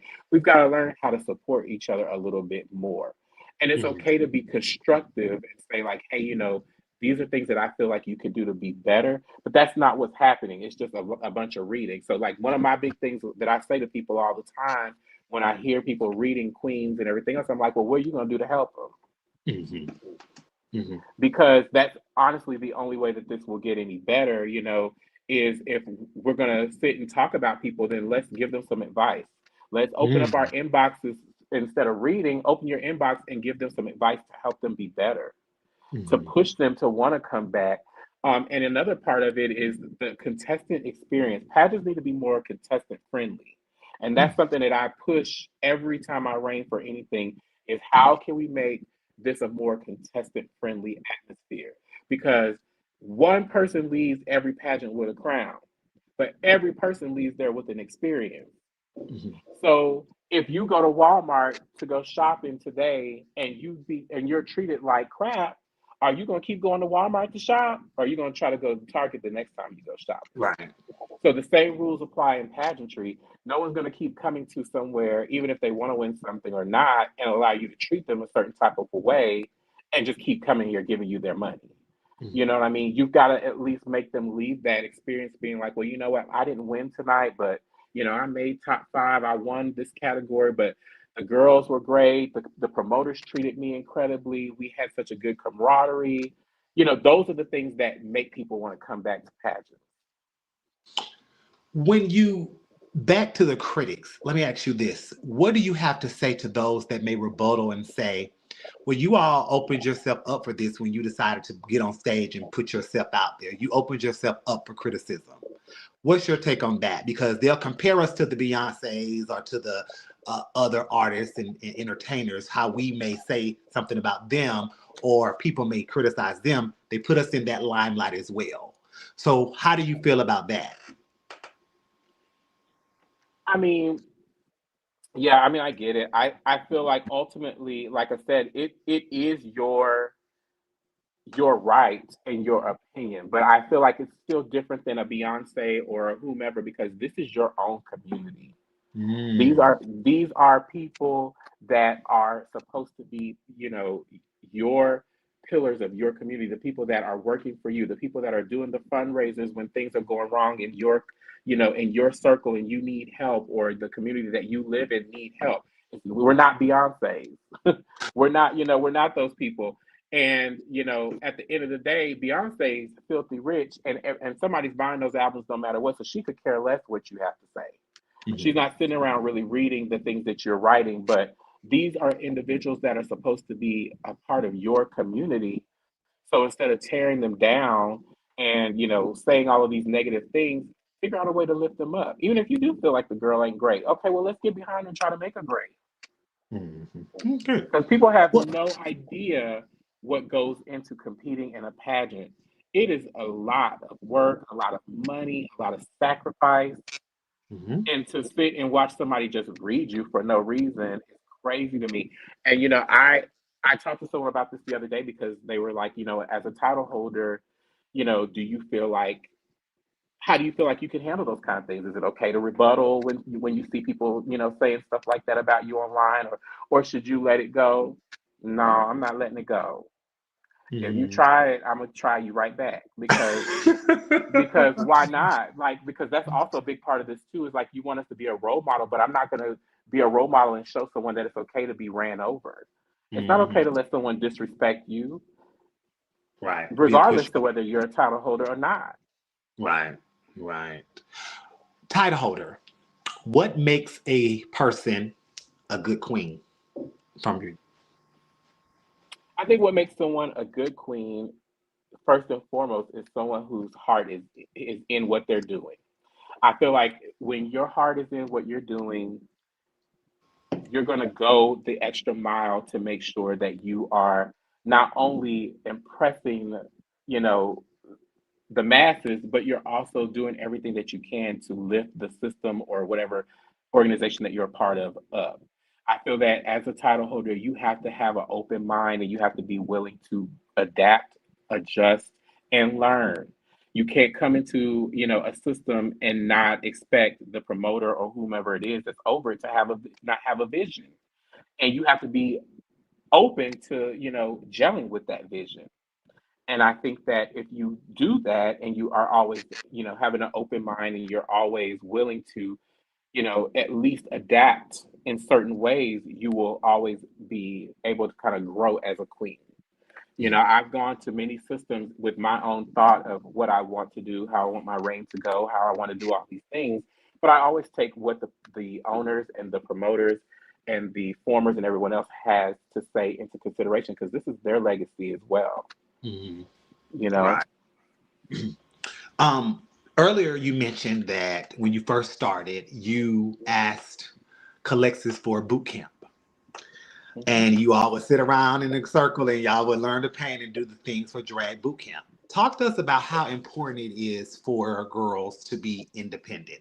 I saw you backstage USofA basically doing yourself for this major pageant, where many of us, me, would have someone doing everything. But tell us how important it is for independency in this art form. Yeah, I mean, I think that we've definitely gotten to a point in the industry where, I mean, you could really probably do drag and not have any knowledge of anything at all at this point. I mean, you can pay or buy anything you want, and there's no problem with that. But I do feel that in the long run, when you start to do big national competitions and you become a traveling person, someone that's going all around, it becomes a little bit difficult for you if you can't do anything. Like if it's a pageant and you say, "Hey, I really want to be my very best. I want someone to do my makeup. I want someone to do my hair. I want someone to do this and that." Okay, that's fine. You want to be the very best that you can be. But I feel like it's super important to at least understand and learn how to do those things for yourself, because we're not sending teams around the country. We're sending you around the country. And nothing's worse than, you winning something big and then you travel around and then you hear people saying like, "Oh my God, like the queen was terrible. She couldn't do anything. She didn't have nothing that she needed. She doesn't look anything like the photos." And I mean, the list goes on and on and on about how people will literally rake you over the coals. And so for Mhm. me, I've always wanted to be super self sufficient.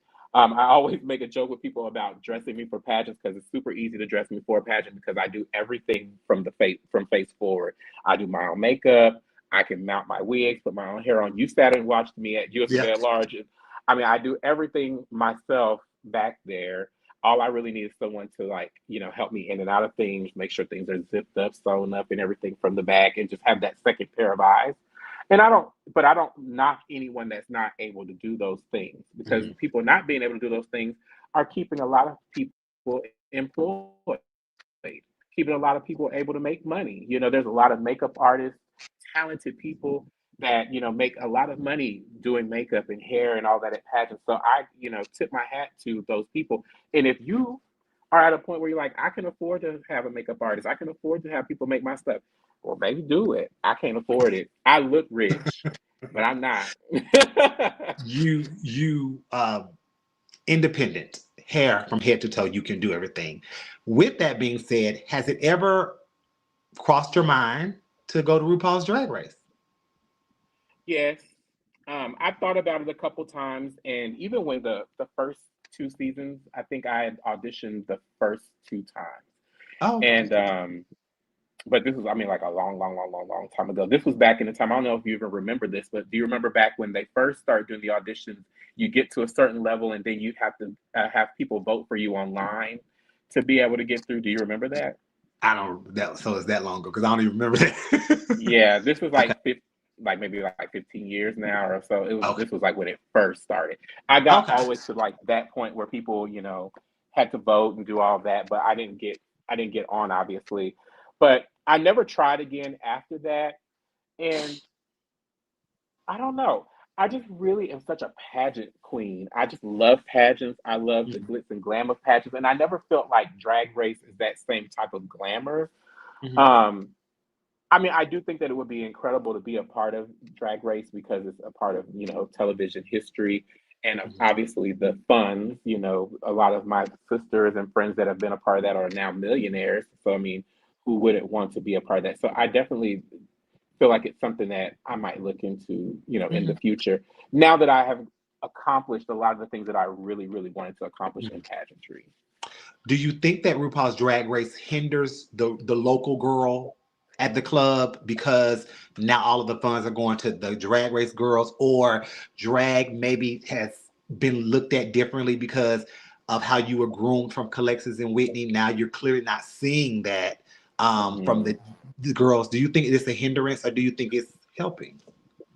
I think I mean, it can be a little bit of both. I feel like it just depends on where you're at. There are a lot of cities and towns where people completely disregard the local queen. They want to book a RuPaul's Drag Race queen, every weekend, and then they want to pay them, two, three, four, five, $8,000, but then they want to ask the local queen to come in and work for free because you're getting to work with such and such from RuPaul's Drag Race, or they want you to work for $30 because you get to work with so and so. But I'm like, okay, if you can come off those types of funds to pay them, then you need to support your local people as well. Right. And that's just kind of how I feel about that all the way around. I've even been in positions, I'm not a drag race queen, but I've even been in positions myself where I've gone places as like a headliner, and the amount of money that I'm being paid versus like what the locals are is like crazy amount of difference. And I'm like, how can you do that to the people that you have here supporting your business every single week? So I Mhm. definitely feel like it is a hindrance in some ways, but I feel like it's also given us a lot of opportunity to be in spaces and in homes and in places that we would have never been in. So people have, opened their minds up to drag as well. I just think like as a bar owner or as people that run events, we have a responsibility to support our local queens. And Mhm. we need to make sure that I we are, all agree with that. pushing that to happen. So let me ask you this. I posed this question on social media today because we were talking in the group chat. We was in a formers group chat talking about this. So Lindsay Page, not literally you, but just giving you the hypothetical. Lindsay Page is being booked to perform maybe in her town or a town next to her at $200. Hmm. That's your booking fee for the night, a Saturday night at a club. But Lindsay Page is now became this entity. She's a four-time, five-time national title holder. She is a household name. She's a brand, all of this stuff. Does Lindsay Page's booking fee go up, or does Lindsay Page's booking fee stay the same because that's what she told that particular bar and her owner before she blew up? How does Lindsay handle that as far as business?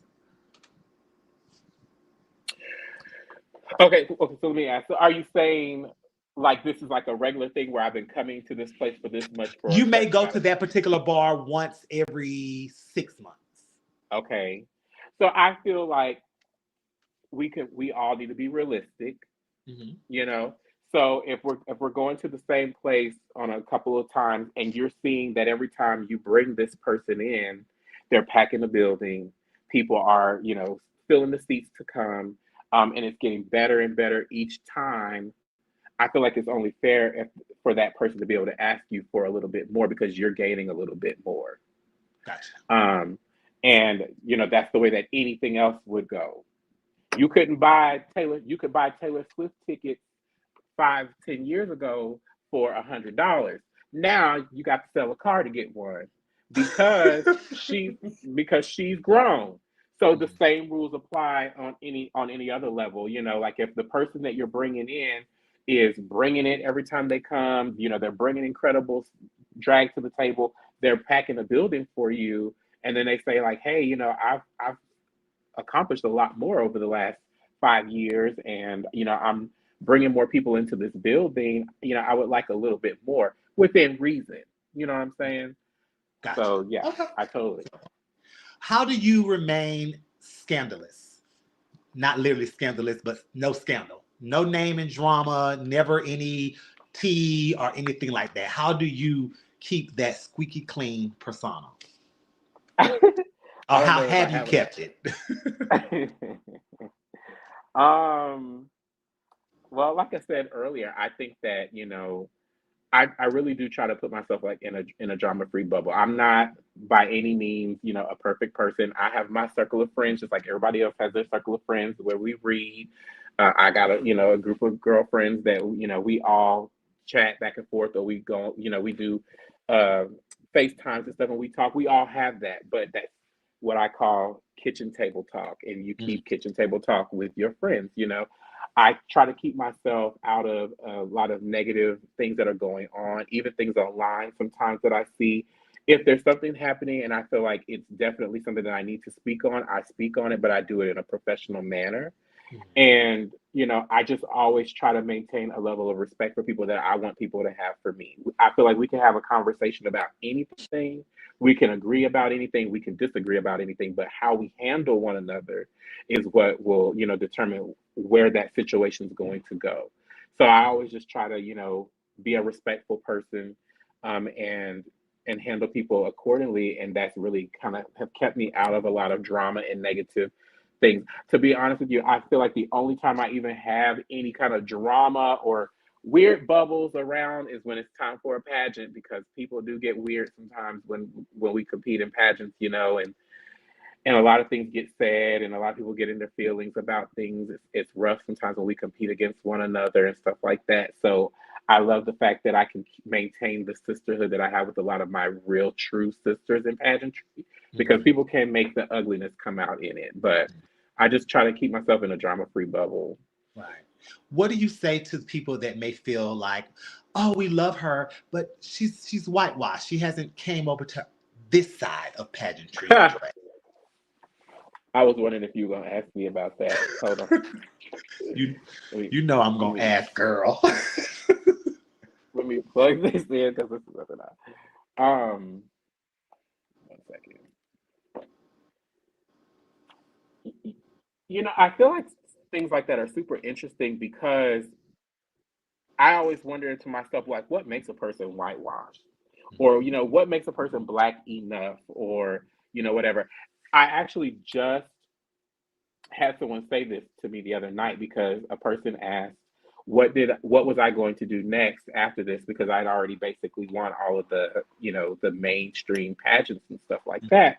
And I said, I really, really want to be Miss Black America Plus, and I really would like to be MBU Grand. I was like, I would love to be both of those. And someone said, but are you even really black? And I was like, well, what do you mean? And I was like, well, what does that mean? And they're like, are you, you don't really, you're not like black like how the other entertainers are. And I was like, I don't understand that. I was like, I'm an African American. I'm a proud African American, just like anyone else. I said, I can't help it where I live and where I came from, that there are, I don't live in a, predominantly African American place, but I'm very much so, in tune with who I am. I have been, a part of other pageant systems that are not necessarily a black system, but definitely put you in an arena around more of your own people. And I've never had any problems doing that. You know what I mean? So I was like, yeah, absolutely. Like, I'm definitely black, Gotcha. you Okay. know. Okay. Do you feel like you have not do you feel like have you ever because you're in the place that you are in dealt with racism of any kind or prejudice of any kind? Oh, Oh yeah, I mean, for in the sure. drag I world? mean, definitely. I mean, one of the bars that I worked in last before I stopped working at bars regularly here, I worked at for a very long time. And I know for certain that, at that time, they only really employed me because the people lived for me. They knew that people would come and see me. They would come and, come to the shows because deep inside, it was only myself and all other, white girls or whatnot on the cast. And they're all my friends and everything. But it burnt him up, the owners, it burnt him up that he could always see them trying to do things that I was doing because they want to be kind of like me or they want to do the things that they see me doing. And or like whenever pageants would come around, they put their money on the other girls that are, working here, but didn't want to put any money behind me. But I would Mm. always end up being the one that would win. So, I've seen that firsthand, definitely. And I know that it has a lot to do with the fact that I'm a a black person or an African American person, and those people weren't. But again, I just always have maintained the thought and the mindset that anything that I want to do, I can do as long as I continue to work towards it. I'm not going to let anyone else stop me or get in my way. So you can feel however you want about me as long as you respect me. Right. You're not, as long as you don't say, you maintain a level of respect when we're seeing and talking to each other. How you feel about me is really none of my business. Right. I remember when we interviewed Mocha, it was kind of the same question about, whitewashed or what have you. And she said, listen, I had opportunities to go different places and get things faster over there, whatever over there may be, because we're all together, honestly, but over there. But that doesn't mean that I didn't have to deal with the things of being a black entertainer, Oh yeah, the racism stuff. So trust me, I know what I am and who I am. I just yeah, did a different option opposed to coming and getting the things first. So I'm glad that you were able to clear that up or whatever, because clearly we know that you are a black individual. yeah. And I Um, mean, I love my people. I love being in those spaces. I travel all over the place to support all kinds of pageants, not just any mainstream pageants. I go to Black Universe, I go to Black America, I go to right. all types of pageants. I go to Sweetheart and all the things where all the black people are at as well. So I mean, if they'll have me, I mean, I would love to be there. Right. Okay. Gotcha. So as we get ready to enter into the final question, some of them will put you on the spot because you have to name names, but it's nothing scandalous or anything like that. But because you are an entertainer that's been around for a while, who do you see having longevity in this community? What three young girls do you see? Okay, she gonna be here for a while. Who are you intrigued by? Like up and coming queens. Yeah, they don't have to be newcomers, but just someone that's not in your generation that is up and coming. They can be national title holders, but they can just be up and coming girls that you think will be around for a while. Has the business mindset that you have and that Whitney taught you. hmm I mean, I would definitely say Taylor Summers, Miss Mhm. USofA newcomer from last year. I feel like she's a younger, newer queen, but she is phenomenal, and she has such a mind for the business already. And she's just so sure of who she is as an entertainer. She's definitely going to go very far. Mhm. Another one I would say is Jade, Miss Gay USofA. Jade is in her 20s. She's only been doing drag for 4 years. She is just going to be phenomenal. I mean, like she's already like such a great queen in the sense of like her style, her sense of style, her look. She's a hairstylist. She's already kind of like a business person. She's an incredible administrator already at this age. I feel like she will have a long, long career. Um, Gosh, and the third one.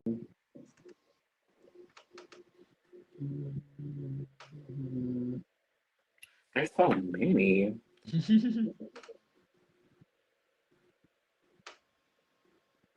I would say Kiara Summers from Florida. Okay, gotcha. All Yeah. right. So shouts out to those three. Um, The next, I really don't like it because you just won, so I don't even want you thinking of what's next because you have so much to do this year. However, for the sake of the question, what's next as far as what you would like to be a part of? I know you just said Black American, you just said Black Universe, but is there anything outside of those two? Um, yes, I would love to. I mean, I would love to be a part of EOY. Um, and I mean, obviously, I feel like because I've already, done all the other like main systems, I would love to be a part of America at some point as well. Because I mean, that would kind of close that whole little circle. I've already been able to be a part of AAG, USofA, Continental. So those would be like, some great opportunities that I would like to have. There's a lot of other things that are not necessarily national that I also would like to be a part of. Like I told you a couple of weeks back, I really want to do Duval Plus. There's just Okay. like a lot of things in my career that I still want to be a part of as far Mhm. as like legacies and things like Yeah. that. So yeah. Okay. But Lindsay, when is it over? When do you feel like the time will come when it's time to hang up the gowns and to put away the wigs and jewelry? Or is this something that you'll be doing forever? I mean, I wouldn't say forever, but I don't really foresee the end of it yet. Um, I mean, I'm 42 and I feel like I've accomplished a lot to be 42. I feel like I could definitely stop now and I would be okay. I could work off of everything that I've done, but I don't really see why. I mean, like, I love what I'm doing. I love the opportunity to be able to travel all over the place and meet all the people and just to, be in so many different spaces with so many, incredible individuals. So I feel like right now, I say I'm just going to keep going until I feel like it's time to stop. I just haven't felt like that yet. People even Okay. ask me that, we just talked the other day about like classic pageants and stuff. People are like, well, you're old enough to do classic or elite and all that. They're like, why haven't you done that? I'm like, because I don't necessarily feel like I'm at that point where I need to do that yet. I'm Right. still being able to compete in circles with 25-year-olds and, Right. 26-year-olds and 30-year-olds. So I'm grateful for that. I feel like that's such a blessing. Right. So I'm just trying to They're get trying to age you when you only 42. yeah, so I'm like, I'm just trying to get all that I can get and do all that I can do now while I have the opportunity. The pandemic really changed my mindset about a lot of things in life. I saw a lot of healthy, normal, people lose their lives over something as simple as breathing. And so Mm, you just never know when, something's going to happen or when the time is up. So I feel like you have to just live your life to the fullest and right. do all of the things that make you happy and all the things, go after the things that you want. Gotcha. Gotcha. So drag Mount Rushmore. Give me your four, but they have to be plus girls. And you Oh, cannot name Whitney because clearly she's your mother. So I need four plus entertainers that you would put on your drag Rushmore. oh, okay. They gotta be plus They have to be plus girls. Yes. and no Whitney. Okay, Dina Cass for sure. Um, Alexis Davenport,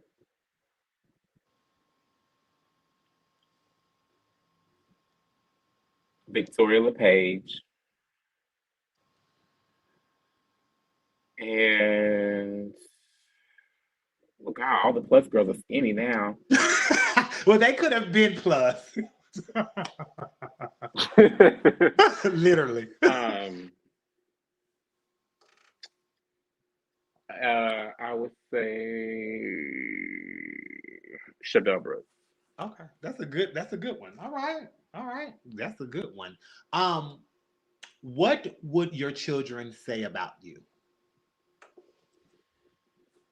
That I'm a ride or die for them no matter what. My kids can call me and say that anything is going on and they know that I'm going to drop what needs to be dropped to come to their aid.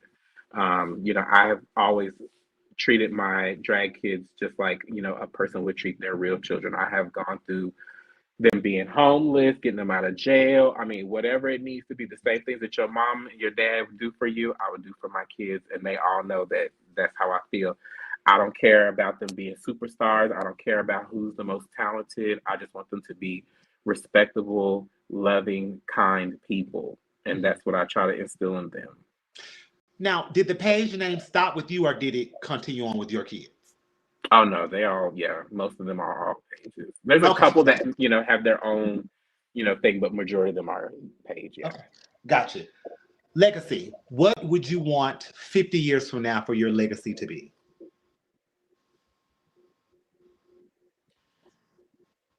Just is someone that inspired the masses to dream and to go for your dreams. I feel like I am a prime example and a product of, never giving up on your dreams and the things that you want to achieve. I've been in this industry for, like I said, 25 years, and some of the things that I've wanted to accomplish have taken almost 2 decades. But I've Mm. accomplished those things, and I'm living in my dream every single day. The one thing I wanted from the very beginning of my career was to be nationally known, not necessarily a national title holder, but to be a national queen that people knew around the country. And I feel that I've successfully achieved that, and in a great way. I think that it feels amazing to go around and to see all of the different people around the world that really like know me or that want to get to know me, and they support me from all around. And I think that when you can do that, that is like a huge success in your career. So my legacy is to just that I want to inspire other people to go for their goals, go for their dreams, and never give up on them. Realize that they're valid because they're your dreams. There's a little girl sitting in a small town in Oklahoma or Alabama or Mississippi that may be watching this or will watch this in the future. And she's like, I want to do drag. And she's a plus girl. She's a little stuck, doesn't necessarily have the help. What advice would you give to her when she's trying to start up in this community and industry? Come into this industry with thick skin, but with an open mind and an open heart. Be willing to listen to the right people, be willing to learn and to grow. No matter how far you go or how big you get, never ever stop being willing to learn. I sit in a lot of spaces with individuals that are half my age, and I watch them do things, and I still allow them to teach me things or to show me how they do things because that's what keeps me growing. That's what keeps me, progressing as an entertainer. All things will change. Mhm. And I feel that if you come into this industry with an open mind and you are eager to learn and grow, the sky's the limit to what you can do. Yeah, yeah. Um, you've been around 25 years, but you have so much more to go. So if you had to describe in one word your career thus far, no definition, no explanation to why, what would that one word be? Life changing. Gotcha. Okay. Before I ask the last main question, what's next? Where can we see you? What's coming up for you? Give us some plugs. Give us that. Well, so of course, I just won USofA at large 2 weeks ago.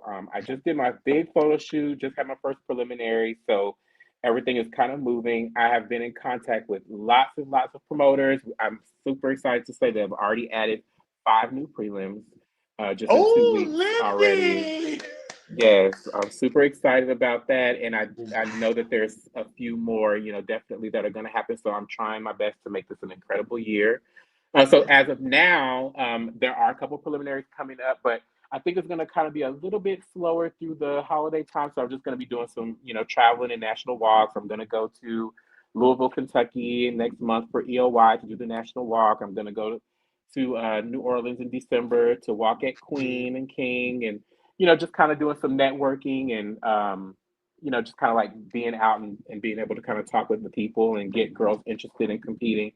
I know Yeah. for certain my next prelim, if nothing comes before, will be Lone Star US of A in January. And then they kind of start, going back, back, back, back, back. So just trying to get everything going. I'm in the process now of kind of like reworking my closet, trying to pull Mhm. things out, trying to get some sewing done and all of that. But I will definitely be posting lots of things on my social media and follow the Miss Gay USofA at large page. I will always put information on there of where I'm going, what I'm doing, so that everyone can kind of stay up and up with what's going on with us in the system. Speaking of that photo shoot, were you getting cursed out at the photo shoot this past weekend? Because you know how he do. You know how he do. Yes, I was every whore and slut, but I love it. I love Tio. Yes, Tio, we love it Tio. is impossible to do a photo shoot with Tio and not feel incredible. He makes us feel so good. I feel like Yes. the photo shoot was amazing. I took some incredible shots. I can't wait to share with you all. Oh, good. I did a whole year worth of photos. Oh, good, good. So you don't have to Yeah, go so back. Get no, it out the way. no. Get it I out took the a S way. I took an SUV, so I took 12 looks. Yeah, that's what I did when And I was Duval. I said I'm bringing 10 looks because I don't want to come back and see you again. And I was able to do one every month. yeah, So yeah. yeah, that was perfect. Well, thank you so much for this 2 hours now, 2 hours and 5 minutes.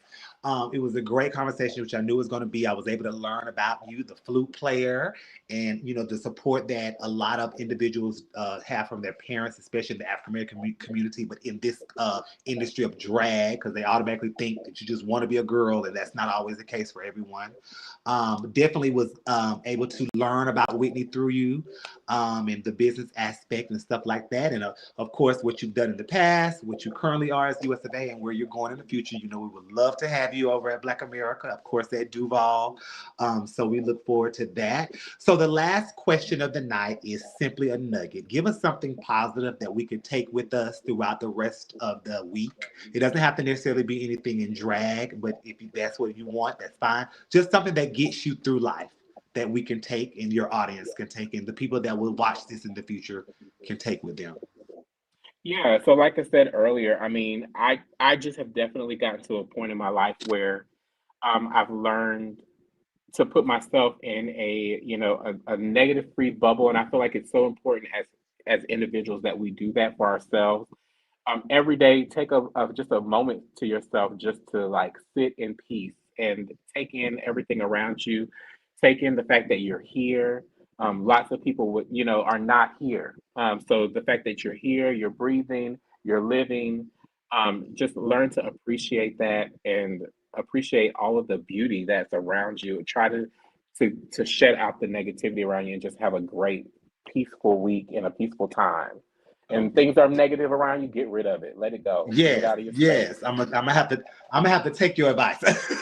But Yes. listen, now, girl, you don't mind putting stuff up for sale. Any sales Oh coming up yeah. soon? Yes. Yes. I gotta shed some of this drag out of here. I Mhm, mean, I thought I did getting ready for the pageant. I sold a lot of drag, mhm. but it's still just so much in here. I mean, I got closets, closets, closets, closets. My friend came, to help take some of my stuff back to Dallas for the pageant. He came the week before to take things down. He was like, "Baby, I'm coming back after the pageant, and we gonna organize this stuff and have a sale Yes, because some of this has got to go." Because I mean, got you you. gotta think I've had three national reigns back to back, so Right. I've been sewing and buying stuff, sewing and buying stuff, sewing and buying stuff, and so some of it does need to go. But I just have such an issue parting with my drag, but definitely there will be more things coming for sale. Well, I finally get to wear the jury set, I believe, this week that I got from you. Okay. I think it matches, but if it doesn't, I'm taking because I bought the fabric and I didn't have the jewelry with me, and so I was like, I think this is the color, and then, but I'll bring it with me. But if it Yes. doesn't, I'm definitely getting something because that jewelry is so beautiful and it definitely means a lot because it came from you, one of my favorites. So I'll be No. looking forward to whatever whatever jewelry you got.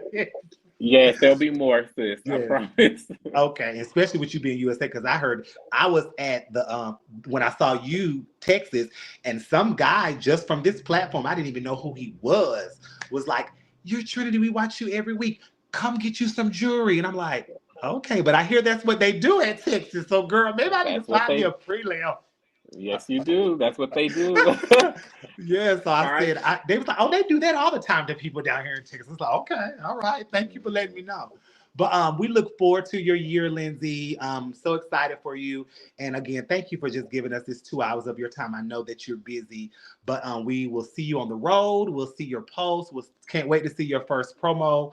And just thank you again for being the light that you've been to our community for the past years of me knowing you and stuff like that. And anything that we can do for you as Miss USofA or any Gay USofA or anything in the future, don't hesitate on this platform, whether it's sharing a flyer for you or whatever. Please just hit me up and we got you, girl.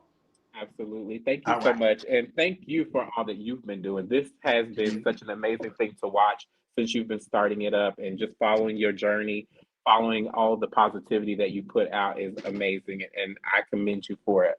Thank you so much. Thank you. So, all right, this will stay up on Facebook because they deletes after 30 days, but it's on YouTube. It'll stay up forever. So, anyone that's just tuning in, you can go back and watch it. It's a great interview. And we will see you all tomorrow with Exotic. Thank you, All Lindsay. right. Have a good night, baby. All right. All right, guys. So that was Lindsay Page, the reigning Miss Gay USofA at large. Great interview, great talk.